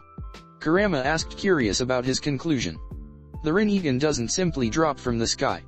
You remember Ero Sennin told me about the Rinnegan and the AIM orphans. There aren't many people who fit the description of Yahiko and Konan, and for 2 of them to be in the same room, and with one of them having the Rinnegan, I took a shot, Naruto explained, and Kurama chuckled. The brat was clever. So I was right about you being Konan, Naruto said as Konan narrowed her eyes at him. Jiraiya said that you died along with your friends, Naruto said. Jiraiya-sensei knows nothing, Konan neutrally replied, but Naruto shrugged his shoulders. And you, Naruto said, turning to Pain, you are disgusting. To think you would drop so low to use your own friends as paths, Nagato, Naruto said, and Nagato's eyes widened. This is bad, Tobi thought to himself.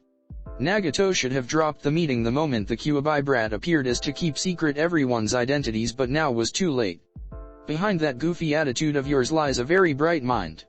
You are much smarter than you let on, Pain stated, getting a smirk in return. Deception is the way of ninja after all, although you seem to have the wrong thoughts. Naruto started, you think that this is a story where the bad guys are all powerful and know everything while the hero knows nothing and struggles to victory, Naru said, laughing. No, Naruto said in just above a whisper, in this story, I'm the villain, Naruto said, laughing as his Sharingan glowed a menacing red. Your plan will never work. From the moment you left me alone to train, you cemented your defeat, Naruto said, smirky and releasing killing intent. No one can stand to the power of a god, Pain stoically said. Was I like this, going on about being God Almighty? Naruto thought to himself as Kurama only nodded. Even gods die Nagato, Naruto said. Although I'm curious about what your plans. Why do you want the Baijuyu for? Naruto asked, playing the ignorant role. With the power of the Baijuyu, I'll create a weapon that would destroy every nation. With it, no one would ever dare to attack one another. With this weapon, under my rule, there will be peace. A never-ending peace with no bloodshed, no wars and no pain said, and Naruto was surprised to see that he wanted peace. Peace through fear is nothing more than an illusion, Naruto seriously said, his goofy attitude gone. After all, the Rakuta did ask for any descendant to try and achieve peace, and Naruto would do his best.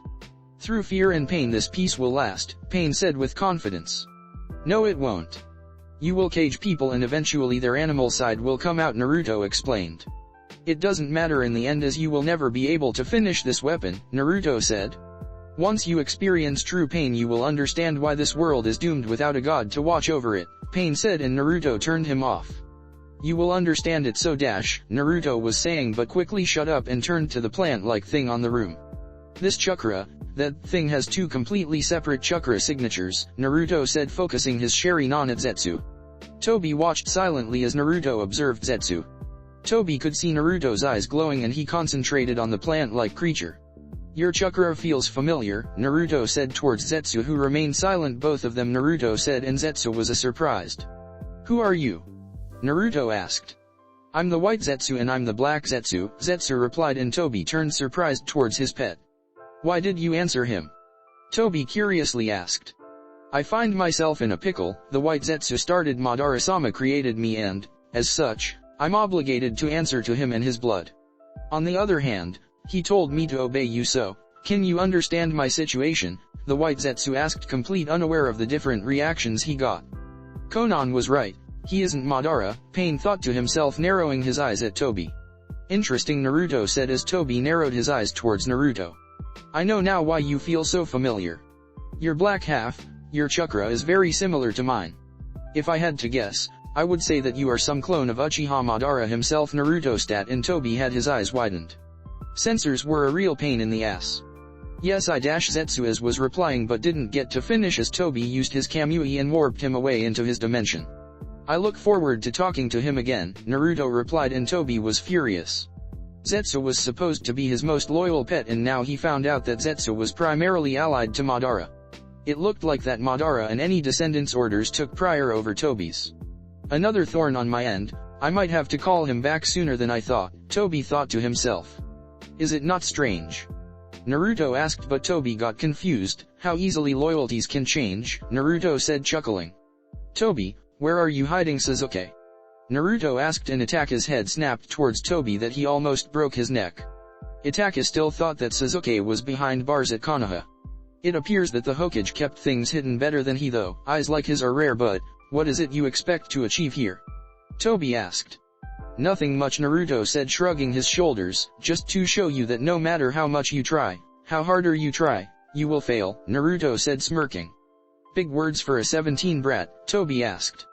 You forget that I just decimated 2 of your members. Besides, I'm not alone, Naruto said. Ah yes, Hyuga Hinata, Tobi said, and Naruto narrowed his eyes at his tone. It would be a shame if something were to happen to her, Tobi playfully said. Don't let him get under your skin, Kurama said, and Naruto nodded, knowing it was very true. You won't do anything to her, Naruto simply said, and Tobi raised an eyebrow. And I know this because you are a coward, Tobi. You would never dare to face me, and you know it very well. You hide behind that mask of yours, telling the world you are my grandfather Uchiha Madara when you clearly don't have the power to back it up, Naruto said, and everyone member turned to Tobi. You are just some Uchiha with a manjaku and delusions of grandeur. Take those eyes away, and what are you? Naruto rhetorically asked. Some loser who couldn't handle it back in the leaf and wants to prove the world he's something, Naruto stated to the fuming Tobi. You had to resort to controlling the Kyuubi to attack Konoha, and even then, my father managed to seal the Kyuubi and defeat you. Not even with the power of the strongest of the tailed beasts did you manage to defeat my father, Naruto said, and he could feel Tobi's anger and chakra just coming out of every pore. What happened? Naruto rhetorically asked. Did you want to be Hokage but my father beat you to it, was that it? Naruto asked, and Tobi was already thinking of swirling away towards Konoha and start a massacre. Or you couldn't get it up in the bedroom and needed a boost of morale. Naruto asked, and Kisame bit back a laugh as he thought it wouldn't be good to him if he laughed at his true leader. I will find who you are eventually, and when that day comes, you will end at the tip of my blade, Naruto said as his Sharingan swirled into his main Jakkyuha. You don't know who you are messing with, Naruto, Tobi stated, saying his name with as much venom as he could. I'm going to enjoy making Hinata my personal slave when I'm done with you, Tobi said, chuckling evilly. Let me at him, I'll slog through him for insulting your mate, Kurama yelled from inside Naruto. What did you say about not letting him get into our skin? Relax, Naruto said as his whiskers returned to normal from the sudden chakra surge. Who said I'll be waiting for you? Naruto quickly replied with a smile, throwing Tobi off for a moment. Anyone else would just wait and train until the moment this group chose to come after them, but you're wrong, Naruto said, looking Tobi dead in the eyes. In this story, I'm the hunter and you are simply my prey, Naruto said with a twisted smile that sent shivers to everyone. And like any good hunter, I enjoy a good chase. I'm going to hunt the Akatsuki down, one by one, and when I'm finished with everyone else, I'll be coming for you, Tobi, Naruto said, smirking. You shouldn't underestimate us, Nagato said. The rest of the group was rather quiet and could only watch as their target threatened them with death. You may call it arrogance, but I'm not underestimating any one of you, Naruto said before he started pointing and going through each member of the group. Sasori of the Red Sands, destroy his puppets and he becomes nothing more than a jounin. Deidara from IWA, low S-class Nukenin, known for using clay explosives as long-range attacks. My Kamui makes him useless against someone like me. Naruto started as he turned to the remaining members. Kisame the Tailless Baijuya, take away your same Hata and your power decreases exponentially, Naruto said, and Kisame scoffed. Uchiha Itake, prodigy of the Uchiha clan, very skilled in genjutsu and fire ninjutsu. However, almost blind from overusing the main Jakkyuha, Naruto said, but Itake remained silent. From Zetsu I got the feeling that he wasn't really the fighting type, Naruto said and continued on. Tobi, take your Kamui away and you're pathetic, Naruto said. Konan. According to Jiraiya, you have some control over paper and origami techniques. Simple paper will melt before my fire techniques, Naruto said, but Konan remained silent. And finally Nagato, wielder of the Rinnegan. You are a coward just like Tobi. While he hides behind his mask, you choose to hide behind your paths, too scared to come into the battlefield yourself. Naruto asked, but Nagato remained silent. You see, when I say that I'm not overconfident or arrogant. I know everything about you while you know nothing about my true power or abilities. Naruto said and turned to Tobi. I know you saw what I did back in Kiri. I could feel your presence the moment I entered the village. I could feel you watching me from the Mizukage Tower. If you think that was all I could do, you are sorely mistaken. That wasn't even half of my true power, Naruto said, but Tobi remained silent. I'm stronger than Hashirama and even Madara were back in their primes, Naruto explained. Why don't I give you a preview? Naruto rhetorically asked, smirking while everyone tensed. If you are coming after me, you should know the difference, Naruto said as his chakra flared and he was surrounded by a small silver layer of chakra. Even inside the small cave, a small breeze flew by. Small rocks started levitating around Naruto as his hair also started to levitate ever so slightly. What's this pressure? Tobi wondered as he felt Naruto's chakra starting to increase. No, now, the gap between us, Naruto's chakra suddenly spiked and a small shockwave was felt. The ground cracked and shook as Naruto released more chakra to the point that the air was rustling fiercely. His body was covered in a powerful and bright silver aura. So bright that the Akatsuki couldn't see much but for his eyes, who seemed to glow a dark red. The ground started shaking and the cave started crumbling. His chakra flared even more and chunks of the cave started falling down, exposing what was once a beautiful and sunny day. Suddenly the weather started becoming darker as massive clouds started forming in the sky. The Akatsuki members watched with wonder the amount of chakra being released. Even Kisame, who had the biggest pool of chakra in the Akatsuki, never felt so much chakra being released. Kisame suddenly felt like a small drop of water in a large ocean. #Konoha #Hinata was patching up a genin who sprained his ankle while training with his team. Just keep your weight off this foot for a couple days and you will fine, Hinata replied, and genin thanked her. Hinata was filling the report when she felt an ominous presence wash over her. This chakra, Hinata muttered to herself. It's Naruto-kun's chakra, but it isn't coming from the academy, Hinata said to herself and was about to drop her coat when an Umbu suddenly appeared. Hinata-san, Hokage-sama has summoned the dragons, the Umbu said, and Hinata instantly shunshined to the Hokage's office, ready to deploy.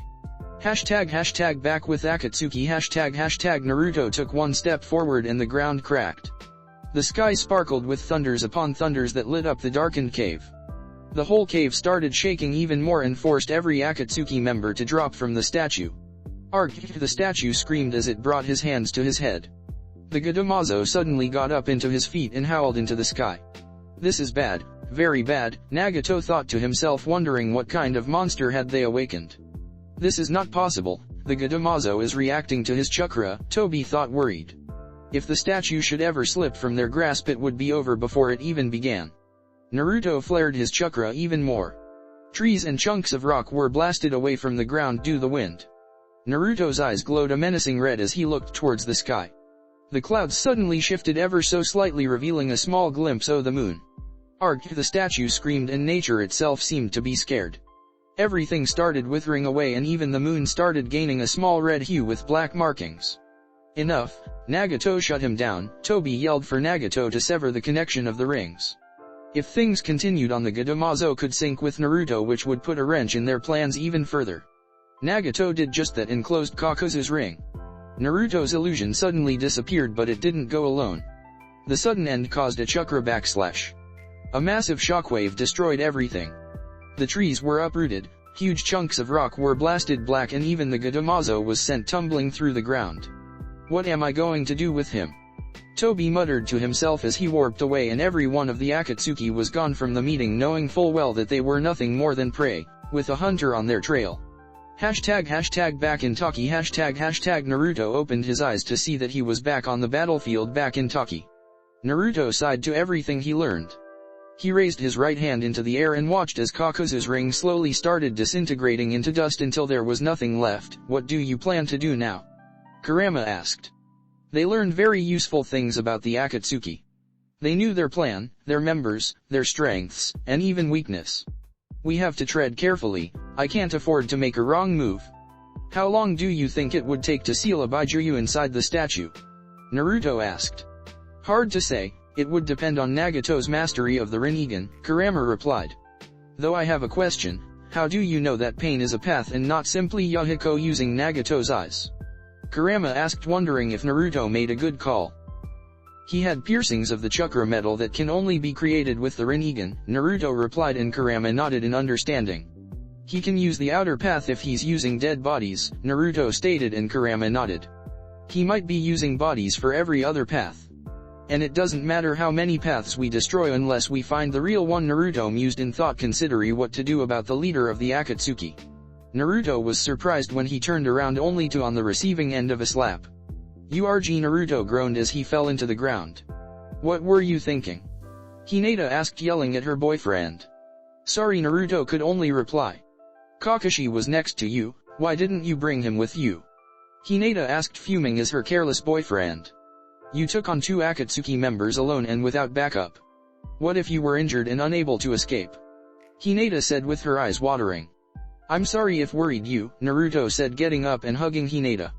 It happened so fast that I didn't think about taking Kakashi with me, Naruto quickly replied. Fine, I'll let you off the hook this time. But next time you'll be sleeping on the couch. Do you hear me, mister? Hinata warned. Yes dear, Naruto replied with his head down. Cough, whipped, cough, Minato said, making Naruto narrow his eyes at him. What are you doing here? Naruto asked as he looked towards the dragons, with the exception of Tobirama, who was still in Kiri. After you left, Kakashi-kun went to explain what happened to Tsunade and she sent us as backup. I teleported everyone to your mark, Minato replied, and Naruto nodded. I could feel your chakra all the way in Konoha, Hinata said, but Naruto just shrugged his shoulders. I was just giving a preview of my power to Tobi and the Akatsuki's leader, Naruto replied, and everyone was shocked. You met him? Mito asked, and Naruto nodded. You won't believe this, but he's Nagato. The wielder of the Rinnegan that Jiraiya trained and thought was dead, Naruto replied, and everyone was shocked. A wielder of a Rinnegan was behind the most powerful organization around. This could spell trouble. I'll tell you everything later on. Right now I need to check up on Fu and Shibuki, Naruto explained, and the dragons got ready to leave as they weren't needed after all. Who did you fight? Hashirama asked, curious. The battlefield was a mess with craters everywhere. Hidan the Immortal and Kakuzu of the Five Hearts, Naruto explained as Hashirama had his eyes widened. So Kakuzu was still alive and kicking. Hashirama asked and Naruto nodded. You better make it up for worrying me, Hinata huffed and Naruto chuckled. I will, Naruto replied, pecking her cheek as everyone disappeared in a flash, leaving Naruto alone in the battlefield. Hashtag Takikage's tower hashtag, so that's it Fu asked Shibuki, who held his head down in shame. The moment I become more trouble than I'm worth, they just get rid of me. Fu asked, saddened by the fact that today would be her last day on the village. I'm sorry, Fu-chan. You know that I love you like a daughter, but there is nothing I can do to overrule our council. I don't have the same power as the other cages do with their villages, Shibuki reasoned, but Fu huffed. Knock knock, come in, Shibuki said, and in entered Naruto, who had returned from his meeting with the Akatsuki. The moment Naruto came inside, he felt the tension floating around. Am I interrupting? Naruto slowly asked. Fu looked pissed and Naruto didn't want to deal with another pissed off female, especially if she was a Jinchuriki. Not at all, Shibuki replied, motioning Naruto to come in. Let me thank you again for saving Fu in our village, Shibuki said with a small bow. Not at all.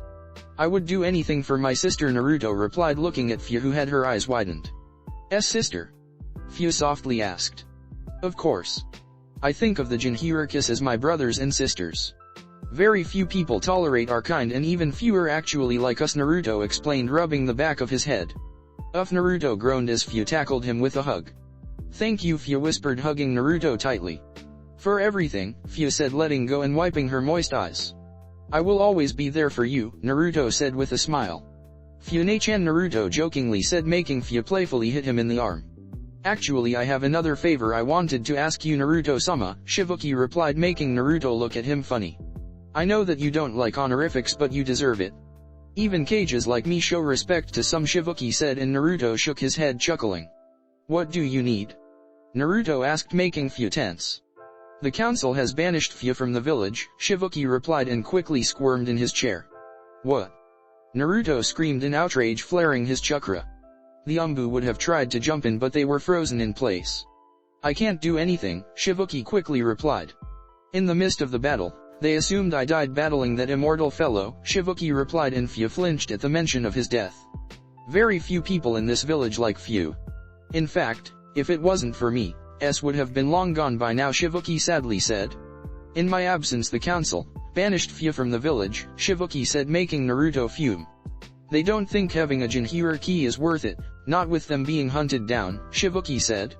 So you are just throwing her at the wolves? Naruto angrily asked. You have to understand the council's point of view. They only care for the village's best interest, Shibuki started explaining. We don't have the military force of one of the great nations. A single member of the Akatsuki killed almost 10% of our military force. We don't have the resources to fight the group should they ever send anyone else, Shibuki explained. Even so, she's one of you, Naruto replied. That is why I ask you for this favor, Shibuki said, looking at Fu. She won't stand a chance against this group. And now alone and without the support of a village, Shibuki said, looking Naruto dead in the eyes.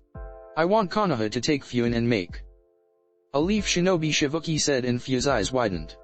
You are a crafty old man, I give you that, Naruto replied, chuckling. I try my best, thank you, Shibuki playfully replied. Hello, Fu said, waving her hands, can someone fill me in? You keep talking as if I'm not even here, Fu replied. Since you were banished, Taki has given up ownership of Chome.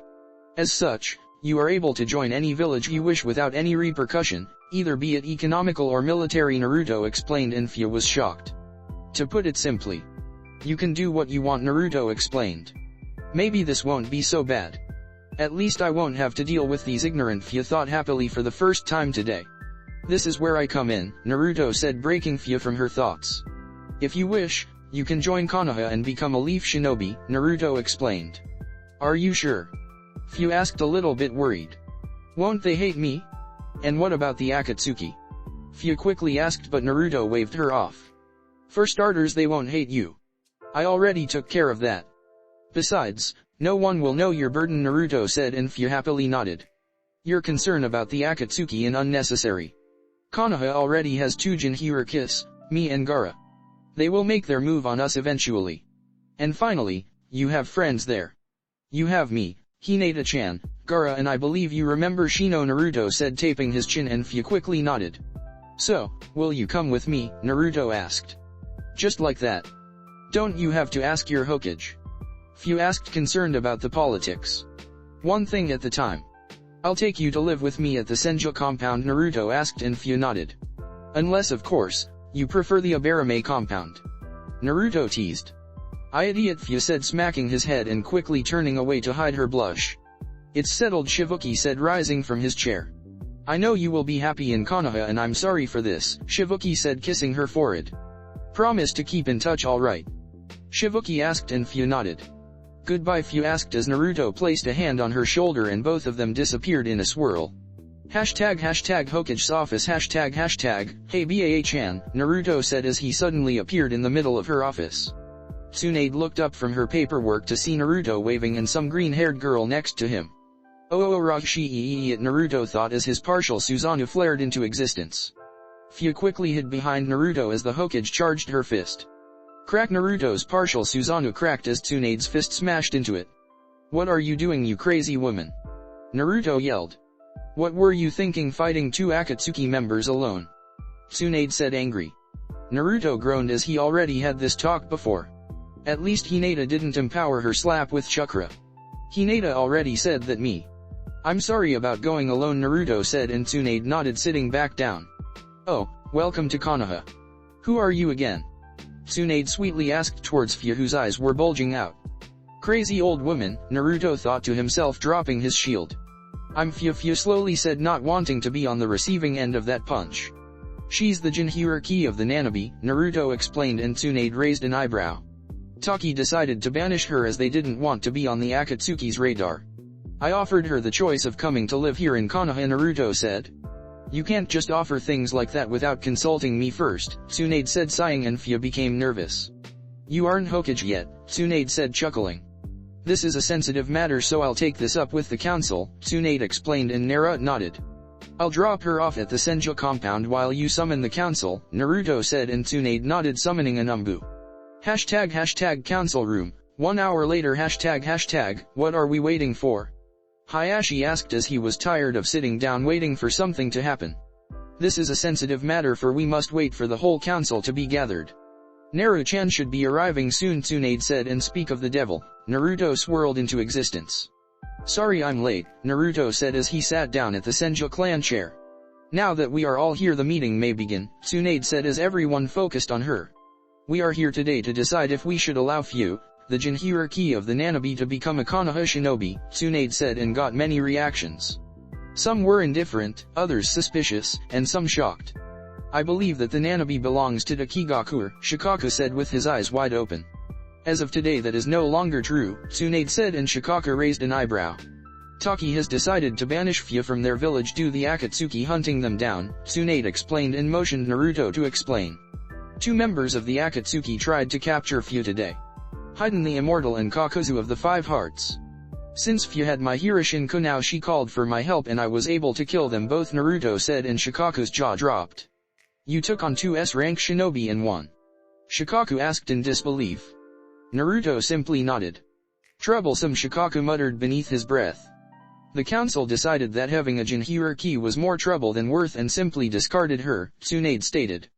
By being banished, Taki has forfeited the ownership of the Nanabi, leaving her free, so to speak, Homura said, and Naruto gritted his teeth. He never liked when they talked as if they owned the Baijus like pets. Is she trustworthy? Koharu asked, suspicious of said girl. She suffered the same treatment as any other Jinchuriki. She was never liked in her village. I believe this is place where she can create roots, Naruto explained, getting a few nods in return. All in favor in Fu joining our ranks? Tsunade asked, and the response was unanimous. Then this settles it. Fu is now a proud Jounin of Konoha, Tsunade said, and Naruto smiled. Naruto was about to swirl away when all of the council heard a chuckle. Danzo was chuckling. The heaven must be falling for that bastard to laugh. I've got to say, Danzo started opening his single visible eye. I may not agree with your methods or ideals, but I cannot refute your results, Naruto, Danzo said, looking straight towards Naruto. What's that supposed to mean, Danzo? Naruto asked, narrowing his eyes at the old bandaged man. Exactly that. Since you showed yourself to the world, you brought Konoha to new heights that it never had been since the founding of Konoha. Danzo started gathering the attention of the whole council. You placed the sand in their place when you alone killed a fifth of their army, including their Kazekage. The result was a completely loyal Ichibai Jinchuriki, Danzo said. You know very well that I only meant to protect Konoha, Naruto coldly said. Be that as it may, I cannot argue with the results, Danzo said, chuckling once again. Then came the mist, where you alone slaughtered almost 2,000 shinobi and defeated Yagura, the Sanbi Jinchuriki. That allowed us a complete alliance with Ki, to the point that even if this alliance was to end, they would never think of striking Konoha, not with you still around, Danzo explained, and Naruto gritted his teeth. You make it sound as if they are our allies out of fear, Naruto replied. He didn't like where this conversation was going. Fear is the ultimate weapon, Danzo said a bit louder. Something you use very well, to the point you do it almost unconsciously. I felt your chakra all the way from Taki. I know just how strong you really are, Naruto, Danzo stated, but Naruto remained silent. And finally, you took on 2 S-ranked shinobi and defeated them on your own. You gave a crippling strike to the Akatsuki, but above all, this has gained us something more. As yet again, you got us another loyal and trained Jinchuriki, Danzo said. You make it so that I'm conquering the world piece by piece, Naruto asked in disbelief. You may not want to believe it, but when the Akatsuki is gone, his word will be absolute, Danzo said, smirking. I don't want to rule the world, all I want is peace, Naruto replied. Get raised eyebrows from everyone. Peace? Danzo said in disbelief. What foolish ideals you have. There can be no peace. Not in this shinobi world unless there is someone to rule them all, Danzo calmly said. Are you trying to persuade me to conquer the world? Naruto asked, shaking his head in disbelief. And why not? Danzo rhetorically asked. You certainly have the power and mind to do it. With the power, the tailed beasts behind you, and in your control, the world could be ours. And Danzo was saying, but was interrupted. Ours? Naruto asked, and Danzo quieted down instantly. That is what this is all about, isn't it? Naruto rhetorically asked. You don't want peace, you want a throne, Naruto said, and Danzo returned back to his stoic self. To think the teachings of Hashirama and Tobirama were wasted on someone like you, Naruto said with a sneer. You are mistaken. I don't wish for the world, Danzo quickly replied. I only wish for the longevity of Konoha, nothing more, nothing less, Danzo explained, and Naruto raised an eyebrow. That sure wasn't what Naruto got from that. You follow the same foolish ideals of the third, Danzo started. The High no Ishi, will of fire, is nothing more than petty words. The only thing that matters in this world is power. That gives someone meaning, purpose, and the means to achieve what they want, Danzo said. Which is a throne in your case, right? Naruto asked, and Danzo remained silent. My ancestor wanted peace. Not peace through strength or fear, but through love and understanding. Something that you will never understand. This meeting is over, Naruto said, and swirled away. Danzo got up and hit his cane on the ground, disappearing in a poof of smoke. Did Naruto-san really do all those things? Choza asked, curious.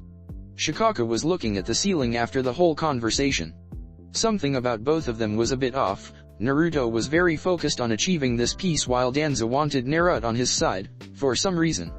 Yes, he did. This meetings is adjourned, Tsunade said, and watched everyone leave. Damn it, Naruto, you are making too many enemies, Tsunade thought to herself, biting her lip. Hashtag Senju compound, later that day hashtag, and here we are, Naruto said, opening the wooden door and showing Fu her room. The room itself was simple and pretty much empty. It had a bed, closet, a table, and a nightstand with a few drawers. You are next to Tamari, Naruto said. It's great, Naruto-kun, Fu said, hugging him. Thank you for everything you did for me, Fu said, and Naruto nodded. There is a problem though, Naruto said with a glint in his eyes. What is it? Fu asked, confused. I don't think that this bed is big enough for you and Shino, Naruto said with a straight face. Get out, Fu yelled and pushed Naruto out of her bedroom, slamming the door shut. Naruto chuckled and made his way towards his room. Squeak! Naruto was broken from his thoughts when he heard a small squeak. He turned around and blinked again. In front of him was Shikamaru, all naked with the exception of his boxers. He was carrying his clothes and sandals, but the thing that caught Naruto's attention was a small black belt on his neck, a leash. You saw nothing, Shikamaru said, glaring at Naruto. Kinky, Naruto said with an amused smile as he watched Shikamaru shunshin away from his compound. Naruto-kun Naruto heard Hinata's voice and turned around only for his jaw to drop. Hinata was standing by their bedroom door with only a white medical garb. The garb ended just below her waist, showing off her long and firm legs.